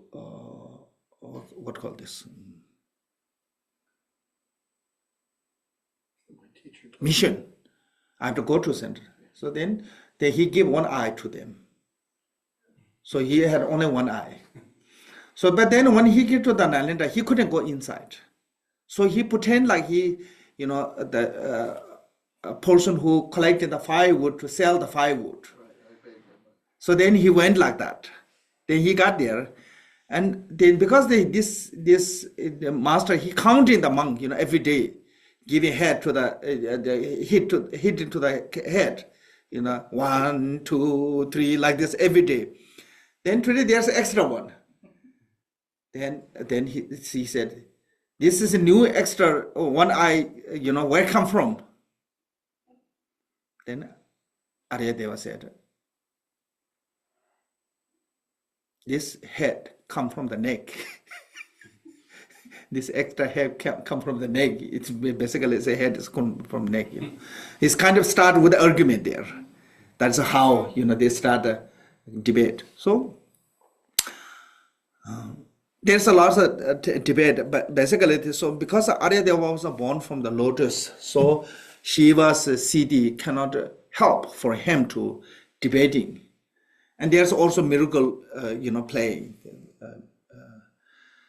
There's lots of things I don't remember detailedly, but so then he lost. When he lost, Aryadeva put him in the library because he doesn't want to convert to the Buddhism. He put in the library.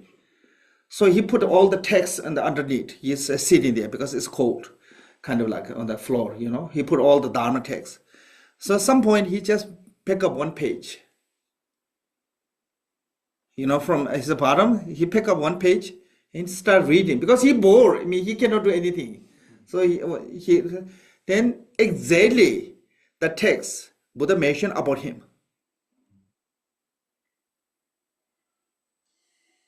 So there's one confess called the ulala, ra.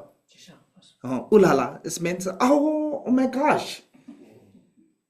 So he confessed. Then he became disciple of the Aryadeva, this Lobambao. I think his Sanskrit name is called Tayang. What is his Tibetan name? Bao. It's from the famous Oh My Gosh Sutra. So this is overall. So his father was also physician. So he know the medicine. So he wrote this one. He wrote this medicine called the 8 branches medicine. So that one also it's so in no separate for him that's called the Lobambao. And also Buddha Dhamma. And there are many called in Tibet called the Songzengabo, and also Kamboba. All these are same person, different manifestation. So is also what is directly related to our lineage is he was this guna Mahaguna is a reincarnation of you can say reincarnation of the Kamboba. Okay, so we supplicated to him with this. Then there's called for empowerment. Said from the Guru's body, speech, mind, stream of the deathless nectar descend and dissolve into my body, speech, and mind. The 4 empowerment are received, and the 4 mood of a being are ripened, and the end of the Guru melt into light and dissolve into me. Thus blessing enter my mind stream. So here said, through this nectar, 4 empowerment are received. So when the nectars continually enter through your open crown chakra and reach to the crown chakra, fill whole your crown chakra with the nectar and purify all your crown chakra, you receive the body in vast empowerment. And travel through the continually until the throat chakra filled with the nectar of bodhicitta, and you receive the sacred empowerment. And through the continual travel to your heart chakra is completely filled with the nectar of bodhicitta, you receive the wisdom empowerment. And you receive the travel through the navel chakra to fill whole your body with the nectar of bodhicitta, and you receive the 4th empowerment. This is how 4 empowerment receive. Yeah. Do we do any afterwards?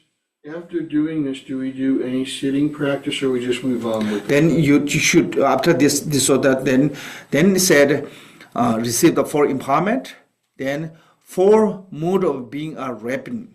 You see? Actually, this is a mistranslation. For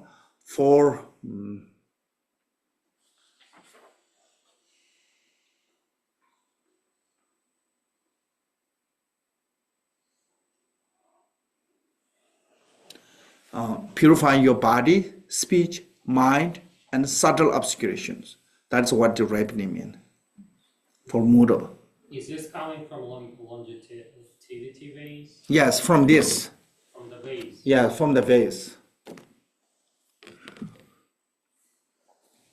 Means that in the Guru melt, then again Guru melt in the light and dissolve into me, that's blessing enter in the my kind. So once you melt to the Guru and you and Guru become inseparable, that's called the Guru Yoga. Yoga means the union. So then you rest here, meditate much as you can. If you have time, you can meditate here.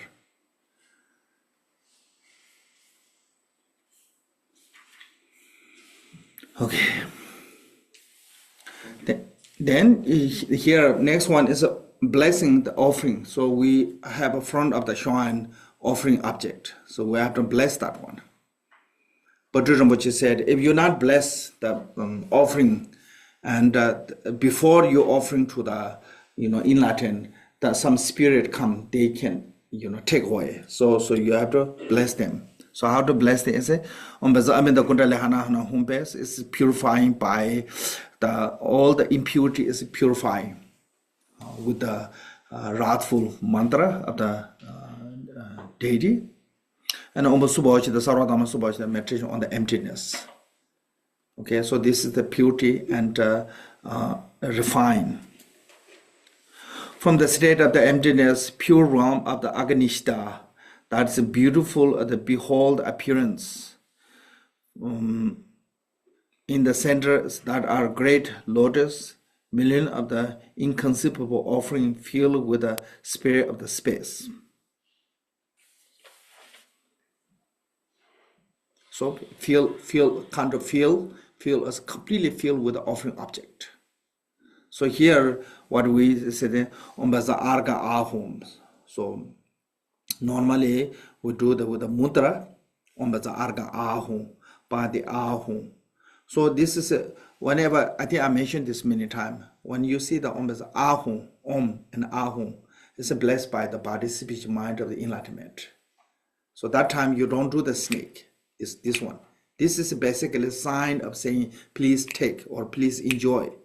In this time, you're not offering right now, just blessing the offering object.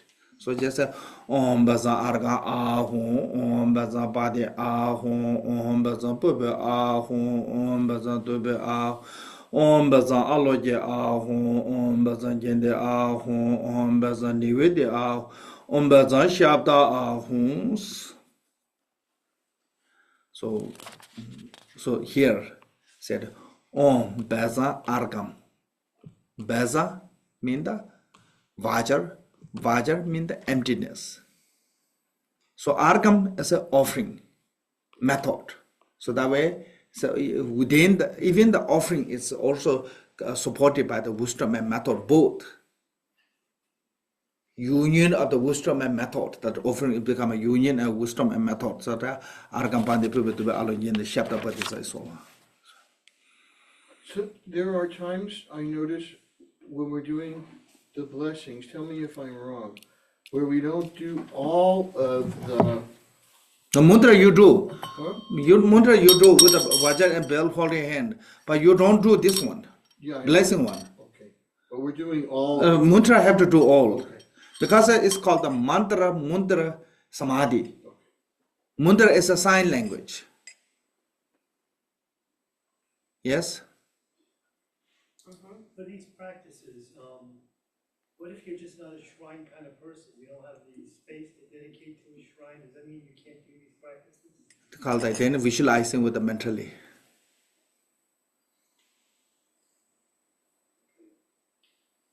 Can you just use a card and some fruit?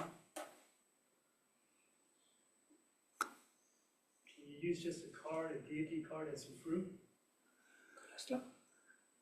Partition. Yeah, I mean, we lots of time we have a photo.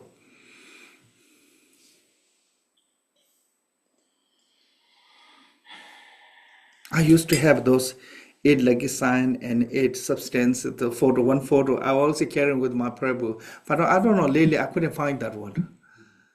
So when I traveling, I don't have shrine, so I just keep them.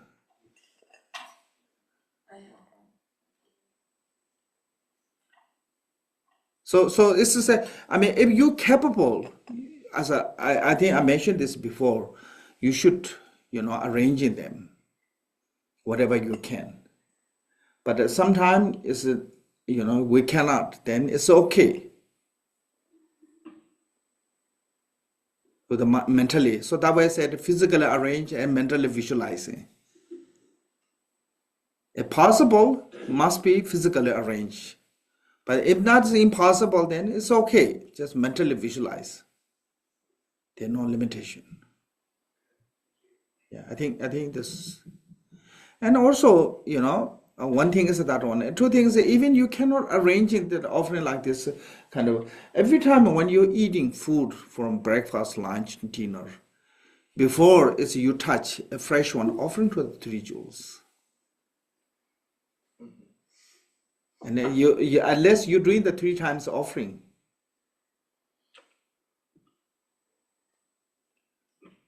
But this is it's just when you're doing them.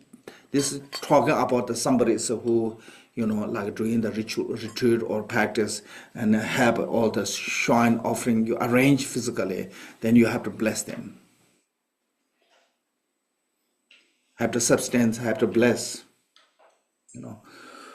So then this is a blessing mantra. Baza gedera home paranta tamda sao bada kita baza panja paraminda nada sambawa vida baza dharma shita yani sato kyani ho akam soha. So 3 times with the music, blessing, and descent.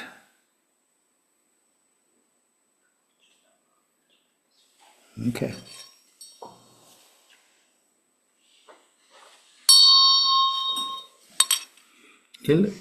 Sungalo Ramato reckon tribute idea. Shoot the machine tomorrow. The Ramati shoot the Toro. Then they said recite it 3 times with the music, blessing, descent. So basically, if you don't have a music, then you just go Vaja and bell and Damaru.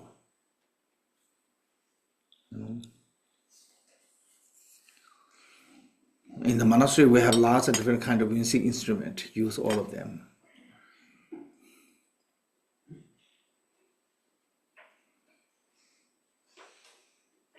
You play them while you're chanting? Huh? You play them while you're chanting? You play the instruments while you're chanting. Sometimes when you chanting like this one and Damaranta, so you use the bell, only one bell. But at the end of this, then you use the cymbal, dam, a bell, a vaja, damaru, all everything. So just a lot of things you have to just when you're doing this one, it's lots of time. You just whatever Lama doing, just do that one.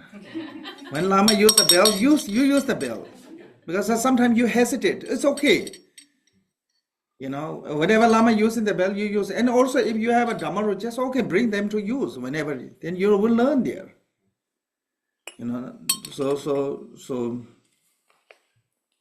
But I mean, there are lots of who are more expert on the ritual than I am. I'm not that good with the ritual, instrument exactly using those. But I know the meaning, but I don't know the custom. Make sense?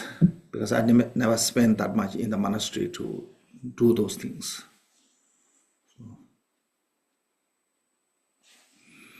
Okay, I think we stop here. Self-generation, we can do that tomorrow. So this I mean is a especially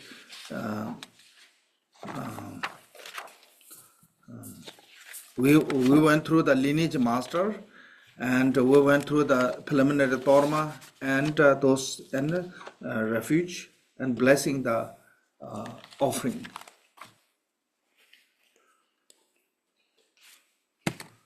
So those are maybe.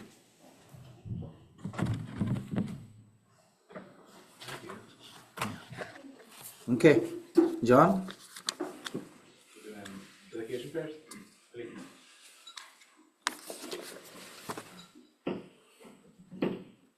Start on page 30.